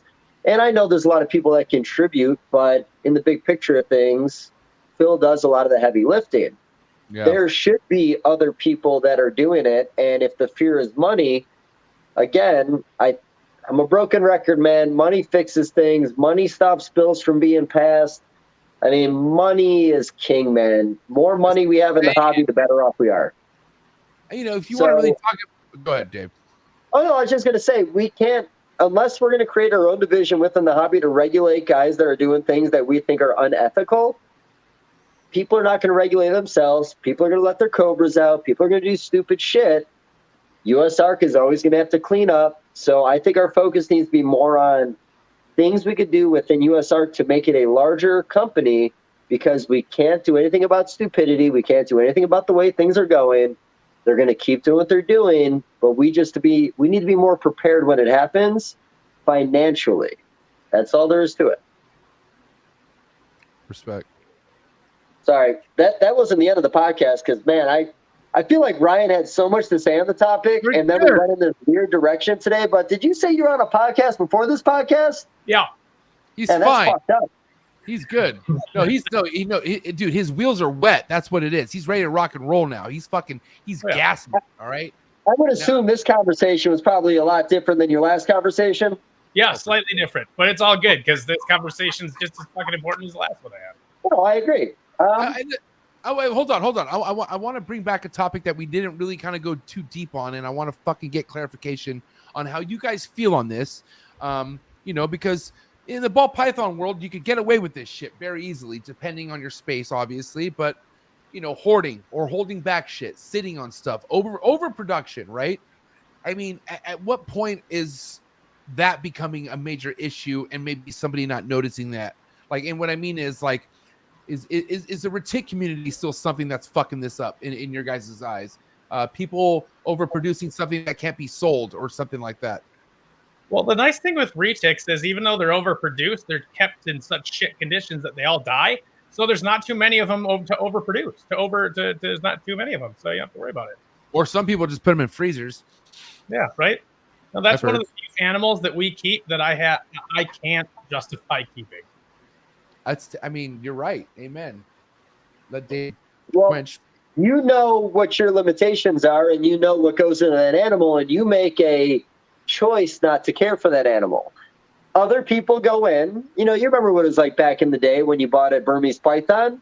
What went through most people's heads? When it gets too big, there's going to be a zoo that wants my 15-foot snake, and it's guaranteed. Yep. Nobody wants your 15-fucking-foot snake. No zoo's taking it off your hands. So again, people get into something with this notion. Same thing with the venomous community. In all communities, sometimes people get into some things they probably shouldn't be getting into if you're not going to set it up properly. So again, regulations that are created within the hobby, and I don't know how the fuck we do that. What's the punishment? when you go to MJ and give him a fine for not changing out his water and he chooses not to pay the fine, then what? You don't have government on your side. You're not going to take him to small claims court. How do you really enforce making people being better if you don't have any power? So again, self-regulation is the only thing we have. Most people will not self-regulate. So we just need to be more prepared when people fuck up. Self-regulation costs money. That's the other part too. Like let's say we did that and you lose it would take Rami and Bob and Brian to say the only people that we're allowing to vend at our shows are people accredited by whatever organization. Like that would have to be a thing. There would have to be something like that would push people. But you're right. And they're not gonna say they're not gonna do it, but it would be incredibly difficult because that significantly reduces their opportunity to make money and fill a room full of vendors. No, right. It's stupid. As stupid as it makes me feel about the whole like Barczyk, the back when I was talking about how Barczyk said why he allows Jay to still be like a collab sometimes or whatever the fuck. Not that even has happened recently, but I mean, I don't even know where I was going with that. My mind just went down south. Oh shit! That happened once episode. Go ahead. I might remember what I was gonna say. That's not good. I'm so sorry. Top down, buddy. Super Show. NARBC. Okay. Let's go ahead. Let's just keep it there. We'll keep it simple. Please, now you make a comment about how they need to make a living. Do these companies not have waiting lists that are 20, 30, 100 vendors deep? And if you're telling me that weaning out 50 to 100 vendors is going to affect their bottom line, I don't see it. I don't disagree with that. One thing I talked to Potter about was taking a look at Tinley, map out the room, and create rings. The people who are right inside the door are platinum sponsors. The next row in or the next best spots are gold sponsors. The next best spot are silver. And by the time you fill the room, if you get to the back and there's no more spaces and you're still at the silver guys, then if you're not a USARK member, then you don't get to vend. And that was something that they looked at, but that a lot of people are too afraid to put the line and be the ones that put their foot down and say, this is it. Look at like Morph Market. John put a thing on there that you had to click a box if your animal to guarantee your animal was healthy, and people lost their shit. So he took it off because people freaked out that they would have to guarantee their animal's health. I remember that. That was a weird one. I remember very badly on the hobby. I remembered it. Can I connect it back? Can we go back to what I was going to say? So back to what I was saying about, having to stomach the whole Barczyk Jay relation. Why is that even a thing, right? One thing that really fucked with my head, and this is shortly after, and I respect, they're still my sponsor, NARBC. Brian, Bob, I love you guys, man. Like, honestly, on a level, fuck, Bob, you and I have had a lot of crazy conversations. I love those guys to death, right? But I had a pretty epic podcast with Ari Flagel. Shout out to Ari and Ryu, newlyweds, love them so much. But I had a podcast, and that was my first podcast I just let loose about prehistoric death. That was the first time I actually called him prehistoric death, and I had a lot of passion behind that, and I said a lot, right? But that was during Arlington NARBC. So what I'm saying is I showed up Friday at Arlington NARBC, and if you notice, or I don't know, when they have TVs, they have televisions. Who's on that fucking goddamn TV? Who's on that big fucking screen with the same news shot and fucking just like from it was like a news clip from like 2017, but it's right there showing that motherfucker that I'm so passionately against. It just made me feel like, I feel like everything I'm doing is like I'm being a hypocrite. Like what's happening right now? It's really fucking like I hate that type of shit, man. And I just don't know how to address it because these guys feed so much of new people coming into the hobby. And I understand it's all about the money. And I'm just, goddamn, like, being real could really fuck up. Being too real could really fuck up what you have going for you. You understand that, right? You guys all know that. If you're too real about something, you could trickle down to where you're fucking with people's money. And then they're like, well, fuck this shit. No, we're leaving that guy on the big screen. So that's why I just keep my mouth shut. What the fuck am I going to do? So those guys are on the big screen for a reason. They're recognizable. I go into my little game store with 107 people in my town. The guy knows who Jay from Prehistoric Pets is. He doesn't own a reptile. He scared shitless out of him. But he knew who Jay was. So that is a relatable image when people are walking into a ballroom that people know and understand these people, no different than having Steve Irwin up. It's just a recognizable face. It's unfortunate. All I'm saying, it's unfortunate. That's what I'm saying. I understand you're right, and I understand why he's up there, but goddamn, is that unfortunate? Because it's very unfortunate, Dave. It sucks. That bothers me though, because to be totally honest, it's a fucking decision that people make. Because there are other people that could be that could be on the TV. There's other people that we can promote. There's other ways that we could do it. Everybody who talks about, you know what? One of the videos that pissed me off the most I've seen in the last couple of years was the one that Nerd made about the animals that people finding videos on YouTube and how Nerd and Jay at Prehistoric Pet need to pay people, so it's okay for them to do this bullshit. And what really is killing our hobby is the videos that it took a bunch of tech-savvy guys weeks to find in the depths of YouTube showing a monkey in Jakarta getting fed to a retic. That's what's killing our industry, not Kevin getting bit in the face by a snake and then talking on the next one about how we need to help USARK and then giving surgery to another snake and screwing us with the vet industry. But anyway, like, you can make different decisions. You don't have to do that. Like, then you've got companies like Josh's Frogs who donate back to conservation. Every single person that works there fucking loves that company. And they're one of the fastest growing reptile companies in the US. And they're very ethical in what they do. Shout to Carl, wherever Carl's at. I miss that guy. So again, we have no control over individuals. We just have to look at the big picture of things. We'll never be able to regulate the hobby. We just always have to be ready to fight the battles when they come up. So again, stressing out what other people do, yes, in the end of the day, it hurts us. But again, you're stressing out over things we have no control over, and nothing's going to change in that sector. But we got to start somewhere. We got to start somewhere. At the end of the day, Dave, listen, there's a lot of people who are excited that you're even back on a podcast, speaking with your voice, looking the way you do. But we're starting somewhere. Dave, I've been in that podcast game for 3 years, and the shit we're talking about, we should have been talking about 3 years ago. You know what I mean? But it's okay. We have to start somewhere. Like, this has to be. Listen, not that you weren't talking about. I'm talking about me and you, buddy. On just me and you. We should have been. You and I should have been doing this 3 years ago or 2 years ago. As soon as Forrest passed away, you should and I should just took over. But timing's everything. I love you. I'm glad we're doing it. For all of us. I'm glad we're all doing this. But we got to start. It all happened organically, bud. That's it. Let it go. Full of people doing a thing that inevitably we're going to be in the same room doing it. Like I said, we could be the ones doing it, though. We could be the ones. We won't. That's the thing. None of us are going to do anything after we leave this room. God damn it, Carl. No, God damn it, not Carl, but God damn it, Dave. Fuck no, you, that's Dave. the thing, though. Like, everybody watching this should give a shit.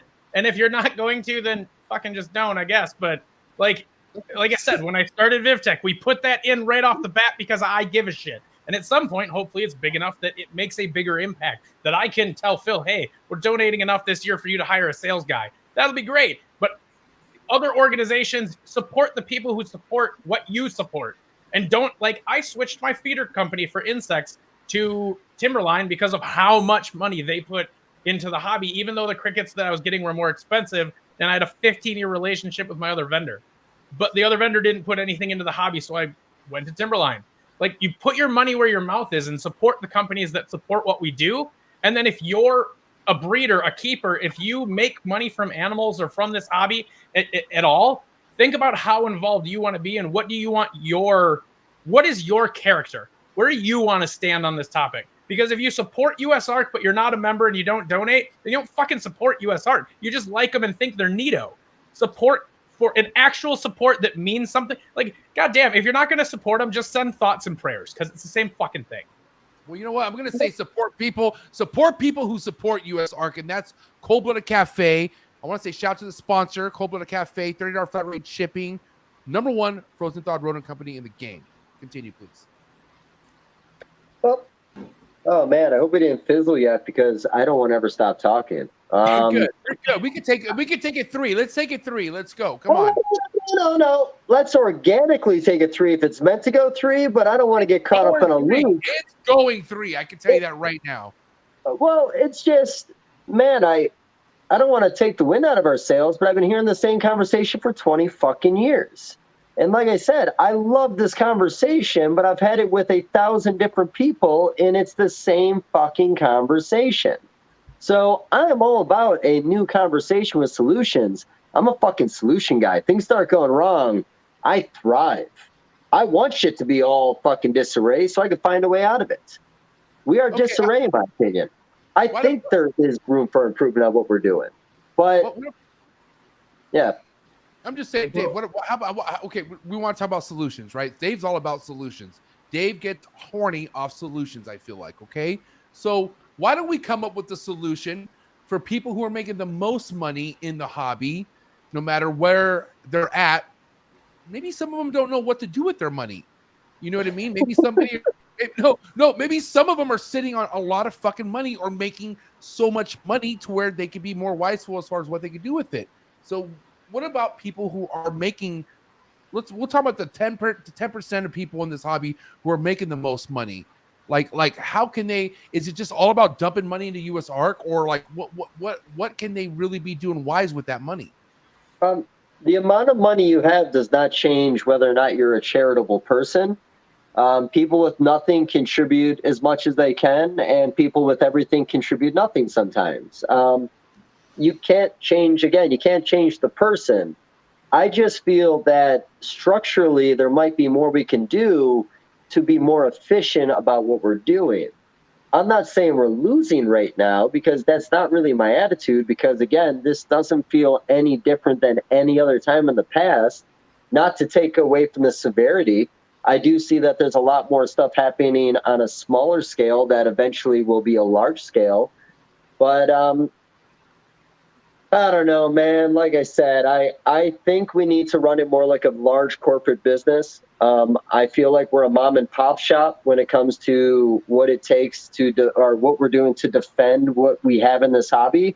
And I think government is too big for that. And I think we've realized over the last few years that government is getting bigger. So we need to be bigger also. And that's it. I love the idea of saying, hey, maybe we have this person in this area code hit up all his pet codes to drop things off to an extent. I do think there's small battles that we can win, but the reality is we need a company that organizes people within certain districts or zip codes or however we do it to manage that for us in a charitable way. There are more than enough people in this industry that will find small ways of volunteering, go into their little mom and pop pet stores. But again, when it comes to the big scale things, fuck me, man. I feel like if we had the right guy, we'd be rolling in cash. And I think that cash should go a long way. And we need that money to do what we're doing right now. We find the person who has been making the most money and the one who's the most smart with it. Yeah, but the only other problem with that is the people making the most money with animals are still making the least money out of all the people who are making the most money. You know what I mean? You work with animals because you love them, not because you're going to be rich. Like there's levels to this shit. I guarantee that. You're right. Well, there are people that come in the hobby. Well, I say it all the time. You know, there's people that were out flipping over rocks and catching snakes as a kid. Ryan, we might have been doing that in the same neighborhood and didn't even fucking realize it for years. Right. You know, there's people that were drawn to this for that reason. But then don't forget, there's people that are drawn to this based on what they think they can do financially. People don't come into the hobby and drop $100,000 because, you know, it's their play money. They drop $100,000 because they want to make $200,000. So there is money motivation in this hobby that's just going to be part of it. You know, my comment before that we just simply have to accept that there's going to be parts of this hobby that might not be relatable to you, but they're relatable to somebody else, and it's all one big hobby. Ryan, I adore what you're doing, bud. I love your product line. I love your grind. I love the way you talk to people. I say it all the time. Steve, I love what you've been doing, man. Watching the last 4 years, love everything about it. MJ, I don't want to be rude. I really even know what the fuck you're doing half the time. You never call. You never anything. This is like the closest we've ever been. I love the background. We can, you know, give props to those cages, but, you know, just you got to respect everyone's grind and accept for what it is, and don't expect everyone to have the same mindset. People are brought into this hobby for a lot of different reasons. That's why we need somebody that fights for everybody, even the ones that fuck us over. That's all there is to it. We have that in USARK, but I do think there's strength in numbers, and I still think there's more we can do in other industries to strengthen our industry. Can I By just the way, MJ, I love your grind, but I love what you bring to the table. I mean that. No. Fuck that shit. I'm gonna go off because you fucked up, I buddy. get dressed this way to not fuck with somebody, buddy. Stop it. Listen, you know exactly what I do day to day. You know how many fucking podcasts I run a week. But here's the thing: I call you. You live in a fucked up area with service. Back when I used to call you. Now you have a cellular tower. I will call you more. Well, don't call me because I hardly ever pick up. Then I'm going to be the asshole. Why do you make me look like why do you make me look like a fucking like a goddamn Indian dish? To 70 people, buddy. To 70 people. But tell your friends. Tell your friends, guys. Bro, listen, we just had 88. We're at 82. 88? You know, I don't want to be greedy, man. We're getting a little better. I want to start seeing 100 or 200 people on here. And I know we all got lives. We're busy. But I want to see more people on this. It'll do a lot for my self-esteem. Which is, we need to do a lot for your self-esteem, Dave. Hey, Dave. Barely holding on. Ryan, imagine if we were making money off this YouTube channel, how you would be. You would be fucking... Just small contributions. Let's keep doing what we're doing, and we're going to fail. Let's stay on course, guys. Let's not change a thing. Let's keep doing it the way we've done it for 20 years and assume it's always going to be the same result. Like, there's a lot of things that we could do to improve it, but we have to accept that maybe some of the things we're doing is wrong, and we got to adapt to what needs to happen next. And then maybe we could have that conversation. But again, 20 years of broken records, guys, and we're winning. So maybe it's not a broken record. Maybe we have something that's a solution. 20 years, guys. Same conversation. Let's also bring up, like, losing Georgia was the second fight USARK has ever lost. So, which is awesome. Yeah. Which is significant. So while we're all complaining and frustrated about this, USARK is a fucking Goliath in a tiny ant costume. Like, that's incredible what he's been able to do. But, like, it'd be really nice to not make his job so fucking hard. Yep. Couldn't agree more. But again, to assume one guy can fight the fight and everything's going to be fine is ignorant. Like, again, it's not going to take one guy. I can tell you right now, give me these three guys, we'll fucking take over the goddamn country. Why can't it just be us, Dave? Put your issues aside. Take that puppet off your hand for one thing. Take it off your hand, and let's get the fucking work. I'm just kidding. Leave the puppet. Don't take the puppet. Don't take the puppet off. I'm going to take the puppet off my hand. Don't feed all those ball pythons and those little tubs in the building. That I'll do. But leave it. It's keeping this hand warm, uncomfortably warm. I'm afraid to take it off at this point. I'm going to smell it as soon as it's over there. I promise you that. Hey, can we shout Brandon Wheeler real quick? I love you, Brandon. Thank you so much. He loves your VidTech cameras, Ryan, but he needs more thingies. Brandon, can you really fucking come up with a better name than Thingy? Fuck Brandon, what a guy. What a IPA guy. Anyways. Yeah, but like I said, I'm not trying to discourage people from doing small things. Small things do amount into something big, but it's an inconsistency when it comes to that kind of thing. Look at who's been helping out with USARK for the last, let's say, 15 years. Every auction, it's a new set of faces. Give it 6 months to a year, and we have new auctioneers. We have new everything. It's a cycle. There's nobody with long-term goals or commitments when it comes to USARK other than the core. We need people, small people, to do what they're doing. Don't stop. But again, we need to be bigger. We need to think outside the box. The bigger people that are in it also just need to do more. Like, and it doesn't have to be spend more. Like, at shows, if you come up to our booth and you're not a USARK member, if you go sign up for $5 a month and come back, I'll give you $20 off your purchase. That's nothing for that purchase, and that $5 a month, they'll forget about it and they're stuck on that forever. Like, there's options for people to do stuff that doesn't have to be your money and your thing, but that's the thing that kills me is it's there's simple things that we could do to raise more money. There's simple things we could do individually, but no one that has that reach is doing it. And the people who are small in number. Yeah, and that's true. But, again, I'm not in any way saying anything negative about USARK because, like you said, without them, this conversation wouldn't be happening right now. We would have lost a long time ago. Yeah. But again, they can't keep on doing what they're doing if everything around them is changing by the day. There still has to be things we can do proactively other than 2 or 3 people contributing in a small level or knocking on doors. Like I said, we are the villains of the world. We will always be the villains based on what we work with. Not many people like what we have until we tell them about how passionate we are about it. Even today, I had to take a couple snakes into the vet to have them vet checked so I could send them to Puerto Rico tomorrow. 2 of the people at the vet office had never seen a snake, or had seen snakes, but were scared of them. Both of them did hold it, though, when I talked to them for a couple minutes. Small victories, guys. Like I said, I'm still scared shitless of spiders. Snakes are their own thing. Religion made snakes seem terrifying years ago. Some people praise them. Some people are terrified of them. I feel like that's why there's more people in the South that are scared of snakes than in the North. My grandma. Can I say something about my grandma real quick? I just want to say something about my grandmother, if that's okay. I'd love to hear about it. My grandma had a real thing about snakes ever since I was a kid. Like she hated the fact that I had snakes. She fucking hated, like to the like literally to the point that she was just refused. She never went to my house. I actually could remember, like, I had such a crazy breakthrough with my life because of a divorce my parents went through. But I remember the age where my grandma stopped coming over to my house because I had a snake.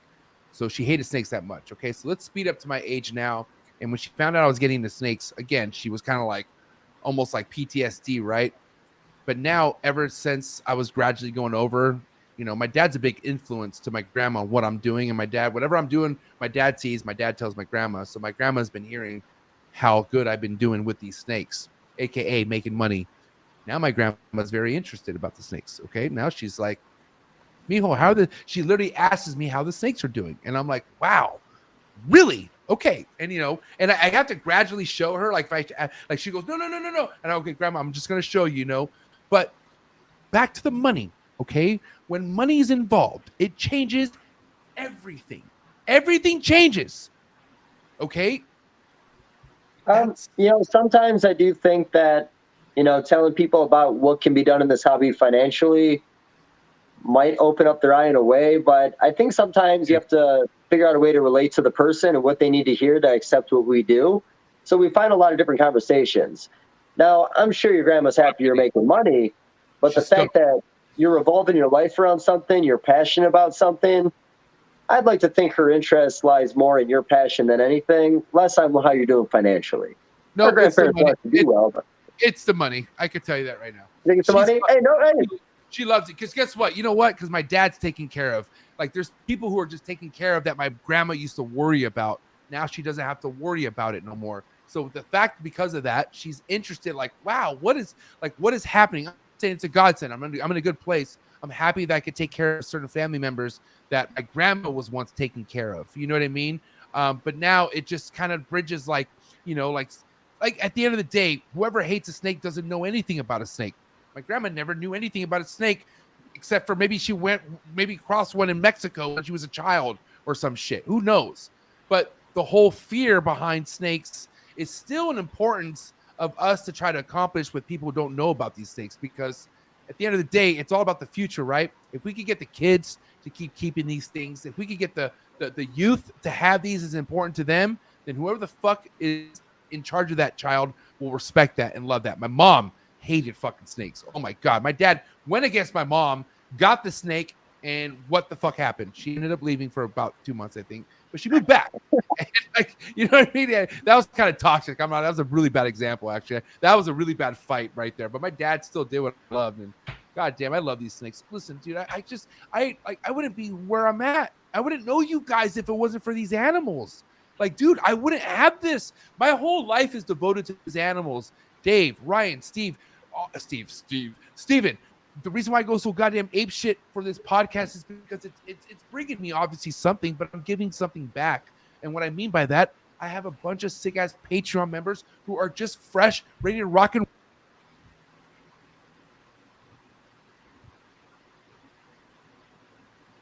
Did he mute himself? Oh, now that he's out. Hey, Ryan, you say something. Am I good now? I'm good now, right? Anyways, they're just here for the longevity side of things. I'm just saying longevity is where things are at, right? We're here for the longevity things. of what we're doing. That's all I got to say. I'm sorry. I muted myself probably for a reason.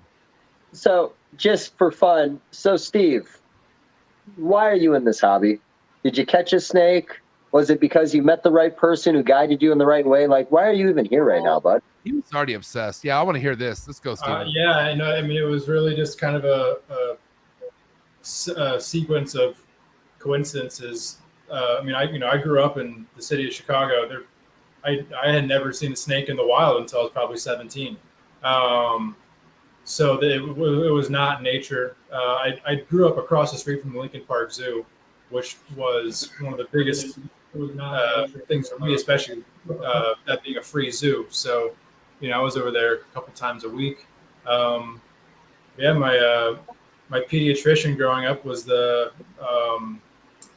with the Chicago Herp Society, and he would promote Reptile Fest, which was their educational reptile show, and that's kind of where it started and how it kept going. And then I found, the hobby. I found out what Tinley Park was. I lived 40 minutes away. Start watching YouTube channels, learn about that you can do this for as your profession. And but for me, the most kind of the moment that probably changed my life the most is when I started working at the Wildlife Discovery Center when I was 13. And I walk in, the first thing I see is a 10-foot olive python. And I knew what an olive python was. I'd never seen one in person. Walk over to the next room, see bushmasters and king cobras and green mambas and stuff like that. And in that moment, I'm like, where the hell am I? Why have I not found this sooner? And what can I do to make the rest of my life about this? So, okay, hold on, Steven. What's bigger, that moment or the moment right now? Oh, this bullshit moment? Right now. This fucking moment is the one that defines his life out of every other moment he told you, motherfucker. No, let me finish, Dave. He's in a fucking scrub house. He's in the scrub house. He's the scrub king. Could he ever envision this? This is nuts. Sorry. This is bigger than the zoo, I feel like. It's all that day was my ayahuasca journey of opening my spirit to what the possibilities are. And I wish more people had that moment. That's for me, that really is my the heart of kind of my stance on all of this is I wish more people had that eye-opening moment to think of this hobby as more than just snakes and racks making you money and how you don't like the next guy. That there's so much more. There's so much more to this that I wish more people saw. And it really makes me sad to see how closed-minded a lot of the community is. And that will be our downfall. And if that's our downfall, that's our downfall. And I can't even be mad at Steven for that because I don't know that feeling. I wasn't a part of a zoo. But I could tell you right now, my whole life as a kid, you understand, elementary schools, I went to zoos all the time, San Diego Zoo. And all I can ever fucking imagine is imagine being that person feeding that monkey. Oh my God, that must be the best person on earth. No, actually, that person is poor. That person does not have a lot of money. That person is very poor. But there's a connection. Like there's something that they don't care that they're poor. They're like, this is a sanity thing. I am so happy. Steven experienced that at an age where money really wasn't a fucking issue to him. He wasn't paying rent. He's fucking living at home. So he got that love for that animal. But the thing is, goddamn, what a shift your life has taken. And I don't mean that in a bad way, but now look what's in charge of your everyday to day type of shit, Steven. It's nuts. Not only do you run the fucking Cold-Blooded Cafe facility, which is like this, as far as your employees go, things happen. Like that's not easy. Like, goddamn, what you guys go through is like, God bless, man. But then on top of that, the reptiles. And then, with the shit that Forrest left you with, like Forrest dumped the whole rare fucking let's keep it rare, But the thing is, you cared. Forrest was weird. Part of why I came here is because that was what I wanted to do too, But the vision's changed a little bit, but it's all, there's a reason why this is the place I came to. But where you've taken this shit, I'm so proud of you is what I want to say. Where have you taken Cold-Blooded Cafe with the help of Dez, and where you've taken RepTech, the scrub, all the legacies you're building is based off the love of the animal, man. So I'm just saying, you have a lot to be really fucking proud about right now. That's all I got to say. I'm proud to even be your boy right now. I got to say. guys like Steve, you're going to be around for a while. And that's the reality. The future you came up organically. You found little things along the way that inspired you to want to be here. And that's why you're doing what you're doing, and that's why you're going to do it for as long as you could possibly do it. Same thing with Ryan, same thing with MJ. Again, everybody's going to be different. Have respect for what everyone's grind is, because they got here in different ways. Love your story coming up. Love Ryan's story coming up. Find out a whole lot different than my story, man. Like, it's just, some things are in our control, some things are not. As soon as this live feed's done, the four of us are going to stick around, and I'm going to tell you a couple stories I wouldn't tell the general public, just about some of the horror stories in this industry that I don't think deserve to have a spotlight. And I really do mean that. I don't think we should hide the problems that are happening, but I also don't think we should blast them out there. Because again, I generally think we all hurt each other when we blast something else to the world that maybe not everybody should see. Because when the wrong eyes get put on it, new regulations, new this, new that, we are our own worst enemy. And that is the truth. Every one of us, we all have maybe done one thing along the way that really we're not proud of. We all know it. It's just all part of keeping animals. Something has happened to every one of us. If you can't find a way to improve yourself in that moment, you might not be maybe don't work with animals. Find something that, if it breaks, you can throw it in the garbage and not worry about it. There's something else for you in this world. But, working with animals, like I said earlier, maybe there needs to be, scrubs need to have a 10-foot enclosure, but you have to pay another $100 or $200 per scrub every time. Maybe natural incubation will make a customer happy. Maybe showing that mom went through the whole process naturally will make somebody want to go to you instead of somebody else. But then there's going to be the other guy that wants to save $100 because you did an incubator. Like I said, these are all little things in the hobby. You can sell it however you want. Make your egg however you want to make it.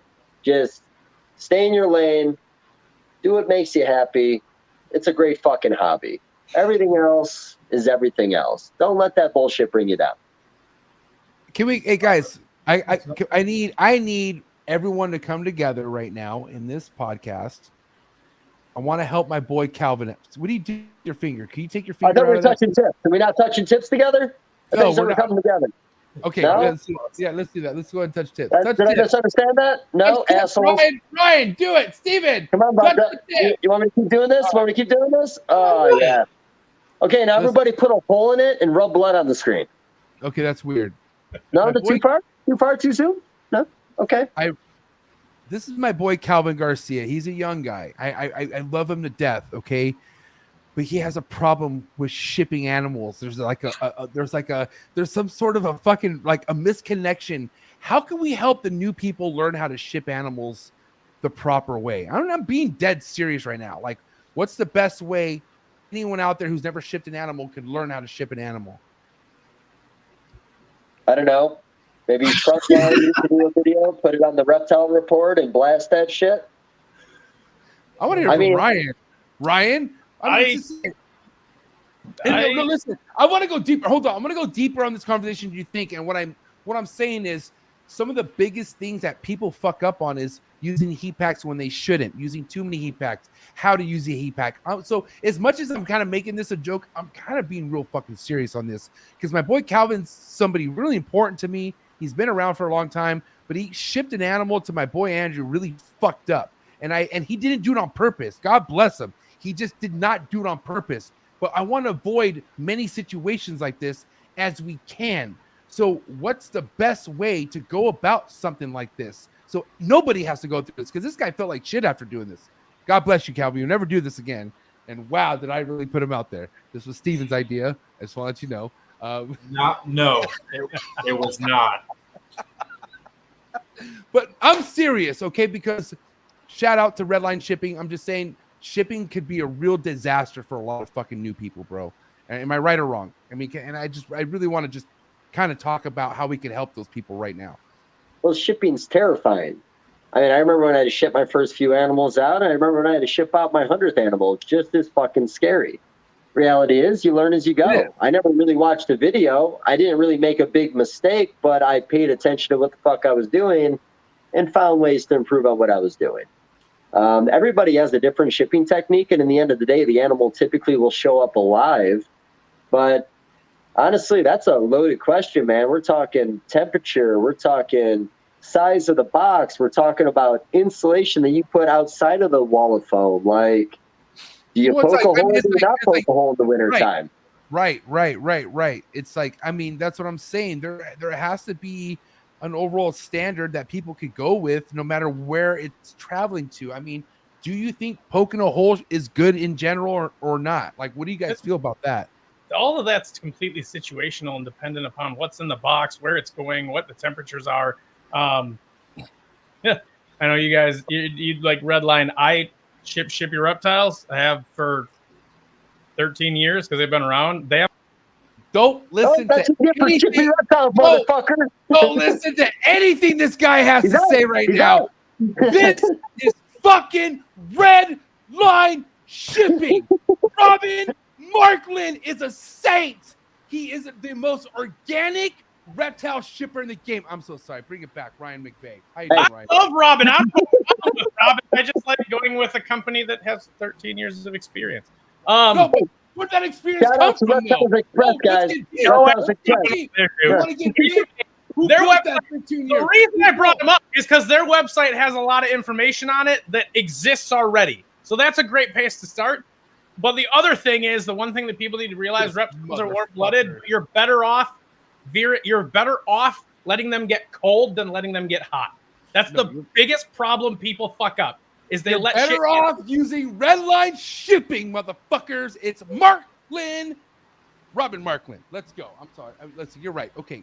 Listen, Ryan, will you relax, please? I feel like your white headphones are very aggressive. It's really like I feel intimidated right now, man. Like seriously, what brand? What brand are those? Where'd they go? Oh shit! I thought you threw them. I thought, dude, on God, I thought you threw those. I'm so sorry. Okay, can we get back on track here? I'm sorry, Dave. What do you have to say? I don't think we have a track. We started talking about shipping boxes. I think we're a little all over the place. I'm not going to say we fizzled, but you know, I think if there's one more conversation we have, how about this, Ryan? Oh my You God. had so much to say in your introduction, and then we went this way and that way. Right. Give me something in the beginning that you didn't have an opportunity to say, and let's turn that into a fun conversation. Well, I talked about Florida and how we all have to give a shit. We've talked about USARK. That's a pretty big thing. Man, I don't know. Shit, That's it. going Take now. Ryan off. He's out. Pissed about. Come on. Got it. You get pissed. Who? Wait for Kush. He's just been sitting there staring menacingly. Look at you can tell the anger in his fucking eyes. Well, I mean, here's the thing. You know, with all these conversations, and honestly, my favorite conversations, and this is the best dynamic about what we're doing right now. 4 different people with 4 different years of experience underneath their belt in completely different areas of the hobby. MJ came in with animals, hit the social media scene hard, hit the podcast scenes hard. I've been fucking around doing whatever the fuck I'm doing. I'm not really sure what it is anymore. Ryan had your coming up, what you did with the Herp Society, what you're doing with your new company, what you did with your last company. Steve, I hate to say it, bud, you're the baby in the room. Well, MJ might, you're the youngest. I'm the Talk baby. a lot, but like- Honestly, if you want to talk about maturity and everything, I'm the baby for sure. I'm 110% the baby in this fucking conversation. That's it, not me. Okay, I'll I take it. respect I'll that. take it. Steven's my big little brother. I go to him to calm down, but I also go to him to make fun of him. That makes sense. How about this? Steve might not be saying a lot, but I do think that he's benefited from these conversations, and I'd like to think he's going to take things that we said and he's going to repeat them.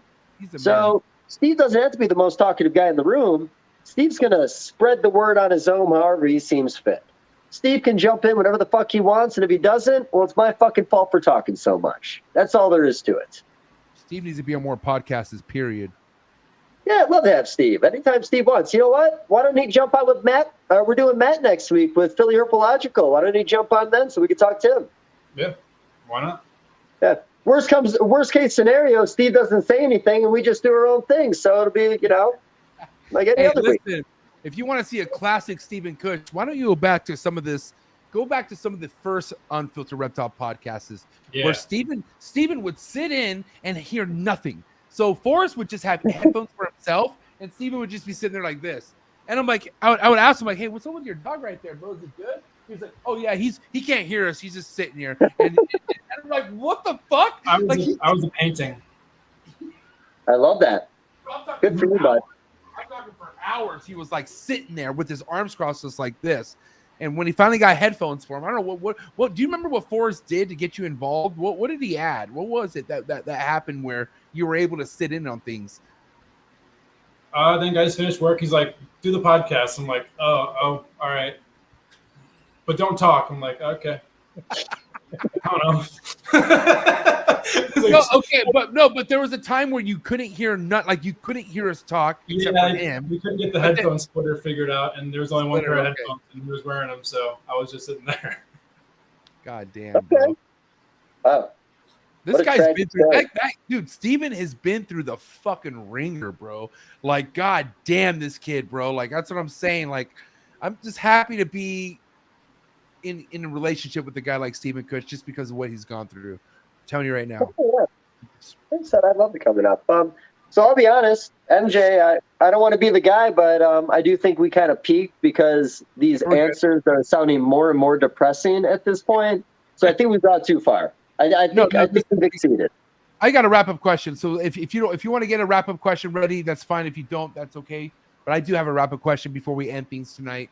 I want to say overall, with the biggest push behind us, even besides me and Steven, but me, you, Dave, and Ryan, the only reason why I know you guys so well is because of shows.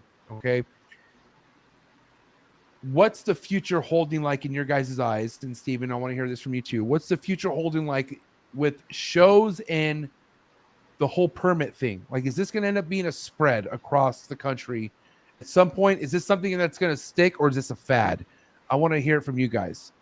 So, first of all, are you talking like the Tinley permit thing that came up that everybody got all nervous about? Exactly. So, here's the thing. Almost every single state already has that. They just don't enforce it. Wisconsin, any animal that comes into the state of Wisconsin, it doesn't matter what it is, has to have a health certificate and a permit from the Fish and Wildlife Department of Agriculture in Wisconsin. No one does that. Illinois had the same thing. They just finally decided to enforce it, and that's what happened. So it's possible that could pop up anywhere, that any state that has deep down in their regulations something like that, and somebody makes a voice big enough to bring it up, that could happen. I think we're going to continue to see. It's really going to come down to the states. And it's really going to come, again, it's going to come down to what the fuck Florida does. Because, again, all of that stuff that's happening in Florida is just going to get spread out. And right now, Florida and California and Texas are probably some of the biggest ones that we have to continue to watch for, Florida being the biggest one right now. And for anybody that doesn't get it, the reason that they go after New York, Florida, California, and Texas, New York, Florida, and California are the three biggest importation hubs in the United States for animals. So if they stop, then we don't even have a way to get animals here. God bless the script house. I want to follow up with that comment, by the way, after Steve gets his answer, because now I want to keep on fucking talking because it just got interested again. But no, Steve, go ahead. If Ryan's all wrapped up, then I want to ask Ryan something about that. And now, Steven, before you talk, go back to. Holy fuck, man! I thought we were let Steve talk. Hold on, but I want Steven to take his mind back to when he was a child. Tinley Park, when there was an alligator right there that you could fucking like think deep about this, Steven, before you answer. Sorry. I feel like you're grooming him. I know this guy. Come on. What was the question? Oh my God! Was there one? I don't know. Maybe there was. Oh, I don't How know. about this, Steve? Hey, no, hold on. Where the show's going? Where the fuck are the shows headed, Steven? Where are these reptile shows headed, in your opinion? Well, I mean, good question. I don't know. I feel like I'm out of the scene. I go to Tinley, maybe Arlington, maybe Pomona, and I feel like they've been fairly similar. Those are big shows. No, but there's a lot of shows. There's for one, there's too many reptile shows. You go to Arlington. You also go to Arlington. Reptile shows aren't special anymore. I think Tinley's special. But the concept of a reptile show is no longer special when there's 20 every weekend across the country. Oh man. Unfortunately, the morph market and the internet has created this double-edged sword of accessibility. I'm not just going to Tinley twice a year to buy my animals from the vendors that choose to go to Tinley. I have the whole internet at my disposal, which is good, but then it makes that show less special because I'm not working all summer when I'm 15 to save up money to go to Tinley Park.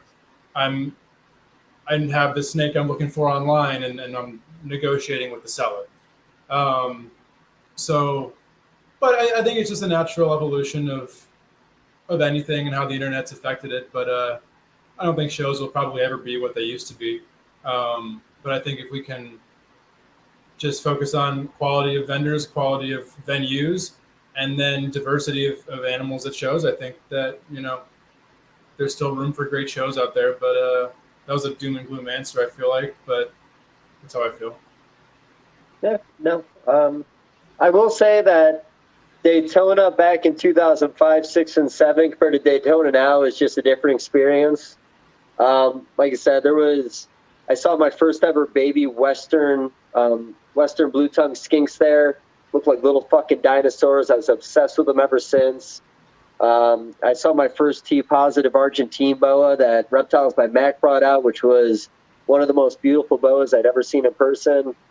You're right. There are a lot of reptile shows, and maybe it has nullified or taken away some of the excitement, but I still feel to this day there's at least that one standout animal I remember at every show I go to, typically.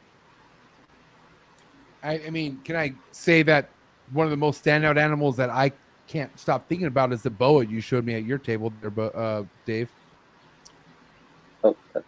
Oh, this guy. Oh, Dave. Well, I appreciate that, but it was the IMG Aztec Jungle VPIT positive.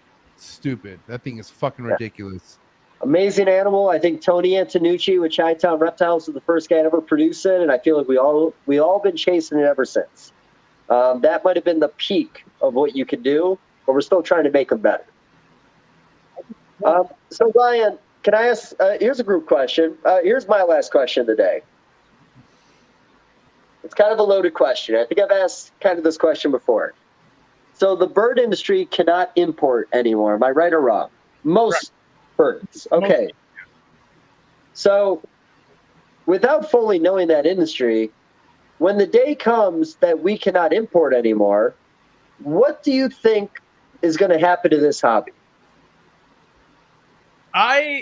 Honestly, it's going to shrink a little bit because realistically, there's been such a big push for captive breeding and the conservation through captive propagation, all that over the last, however many years that I think it's going to continue to grow. It's not going to disappear. Actually, to be totally honest, the second importation stops, what's going to really suck is that there's a couple things. One, we're going to be stuck with what we have. So whatever we have in this country is all we get. That's it. And look at what's happened over the years as the trends have shifted to crested geckos and ball pythons. Do you know how long it took me to find a pair of Maclots python? I used to be able to get those $50 off any list I had. And then it took me 3 years to find a nice unrelated pair again because people stopped working with them. And when that stuff happens, then they're gone forever. And that sucks. There's no way to get them back. It also creates a genetic bottleneck. There's some issues with that.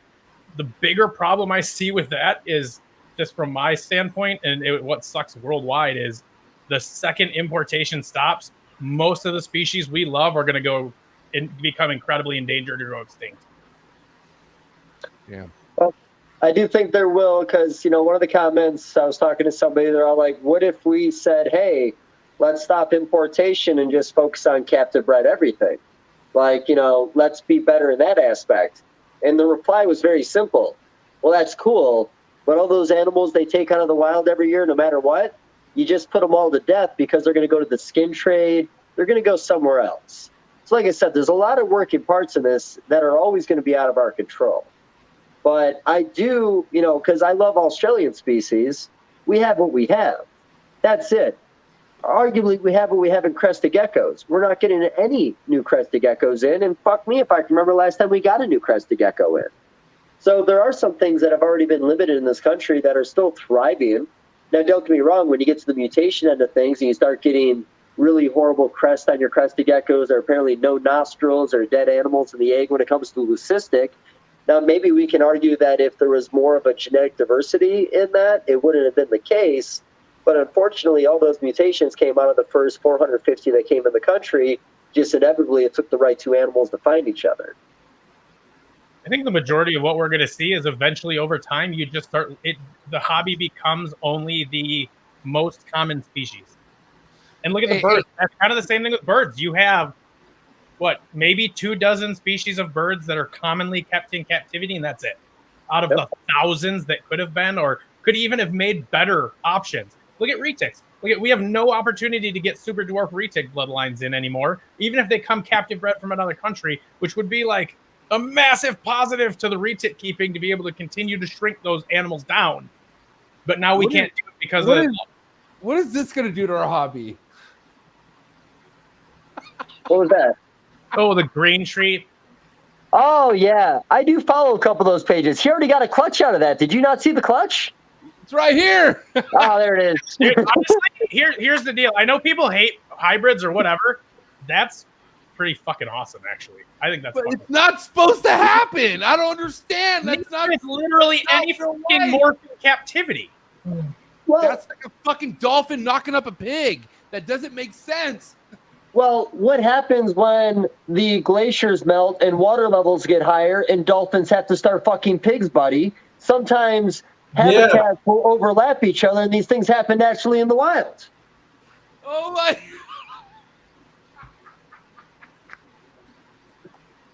I mean, it's happening in Florida. Didn't you hear about the cobra piranaconda? Go on, buddy. That's not the eldest snake, by the way. There was a ball python older than that. Hey, again, everybody's got their own passion, man. If people want to do hybrids, do you? We all can. Hey, I've seen all the hybrids. Not all of them. I remember the retic ball python, the angry ball, chondro balls were a thing back then. They're kind of coming back now, apparently. I remember. I'm sorry. I could go on for like 5 days on this. Last one, Chihuahua to actually last two. Chihuahua to crested gecko made a real beautiful red animal, but it was kind of fucking retarded looking. And what was the other one? Amazon tree boa to Amazon basin. Made a really unique red animal. Both those animals were at the White Plains show back in like 2003. There was a wild-caught emerald tree boa that came in and gave birth to hybrid Amazon tree boa babies. See? Shit's going to happen, man. I've always wondered why it doesn't happen more. Well, no. Well, Warren Booth had a fucking clutch of, what was it? What was it? Emerald tree boa and what was the, was it Amazon? That's what Ryan's referencing. Okay, cool. Right on. Yeah, it doesn't sound like Warren. Warren Booth. Shout out to Warren Booth. But listen, guys. Raking through the cold, buddy. What an amazing episode. 3 hours went by pretty quick. Wait a minute. We got to do Steve. Steve didn't answer his question. He didn't? Okay, go ahead, Steven. Yes. Do you want, we're going to change it with you. Pro, are you, do you want importing to stop or do you want it to keep going? I don't want it to stop. I mean, I think if we're being, idealistic, it's like, let's stop taking animals out of the wild, but we obviously know that we don't control that. And, like you guys were saying, if they're not coming in, they're not going into Europe from Indonesia, doesn't mean they're not coming out of the wild over there. I think if importation did stop, though, it would be a bit of a wake-up call to a lot of the hobbyists that like these more obscure species.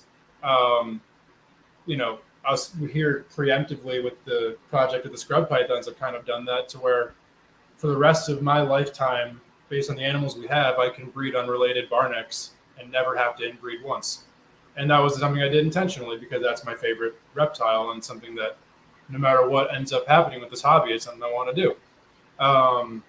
But we see that trend with, like Brian was saying with Macklot's pythons or different monitor species, whatever it is, black throat monitors, when they're coming in numbers, no one really gives a fuck because they're disposable. As soon as they're gone, their value increases tenfold, and then they're available again, and then no one gives a fuck anymore. So if they stop coming in, maybe everyone would start giving a fuck, and maybe they keep giving a fuck. Okay. So I got to follow up with that. is there any studies or anything that shows the negativity in multiple generations of inbreeding in reptiles? Well, let's say the scrubs or anything Australian. Have you guys seen anything, except when you get into the mutation end of things? That's where you see problems. But how many years or how many generations of line breeding or breeding back to each other before you have an issue when it comes to the health of the animal? Have you seen any of that in scrubs or anything? No, but there's been no opportunity ever for that to happen. There just haven't been that many. I mean, there's been one clutch of F3 ever.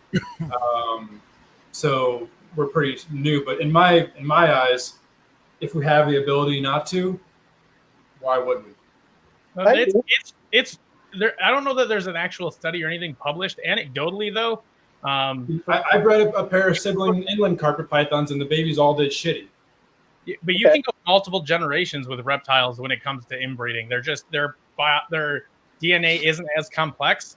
But I don't know that there's an actual study or number out there like up until sibling generations. It's mostly just something that I want to do because this is how I'd like the project to go. No, of course. And I respect the shit out of that. But, when we talk about this, your fears of inbreeding, I want to hear the stats. I don't have statistics. Ryan, you'll know this. This was a very loaded question. How big is the territory in the wild for the Mangshang viper? Oh, it's like one mountain. One mountain. And they've probably been there for 1 million years. And they all seem okay. And they all been fucking each other. So where I do agree, new blood does help. But I find in most of the time, it's when we start going into the mutation end of things that we have the argument of new blood helps. That and animals that have a low population. Like if there was, look at the crocodile tagus. There's 10 of them in the U.S. maybe. If we don't have any more importation, that is just a genetic bottleneck that we can't avoid. Very well could be. Like that. So and the other thing too to remember is it's not only affecting wild animals. Importation, unfortunately, I think a lot of people get stuck with importation talking about wild caught trade. Importation is anything that comes in the country, period. Captive bred out of Canada, doesn't matter. It still can't come in. And that's where, like I said, that causes so many other huge problems in and outside of the industry. Okay. Well, listen. This is a whole podcast in itself talking about this, but we can skip that. We can literally make a part 2 4-hour version of how many more problems are in the hobby. We're going to holster this for now. I do want to say, though, roundtable real quick. We had just a little bit over 90 people tapped in at some point at this podcast. So anyone out there who is supporting you, Stephen Kush, what do you have to say to any supporters out there, anyone who fucks with Cold Blooded Cafe? And is there anything you have to say about Cold Blooded Cafe? Any kind of promos, anything you want to throw out before you check out? Interesting you might bring that up. So as anybody who is routinely buys from us knows or follows us on social media, our biggest week of the year is Black Friday and Cyber Monday.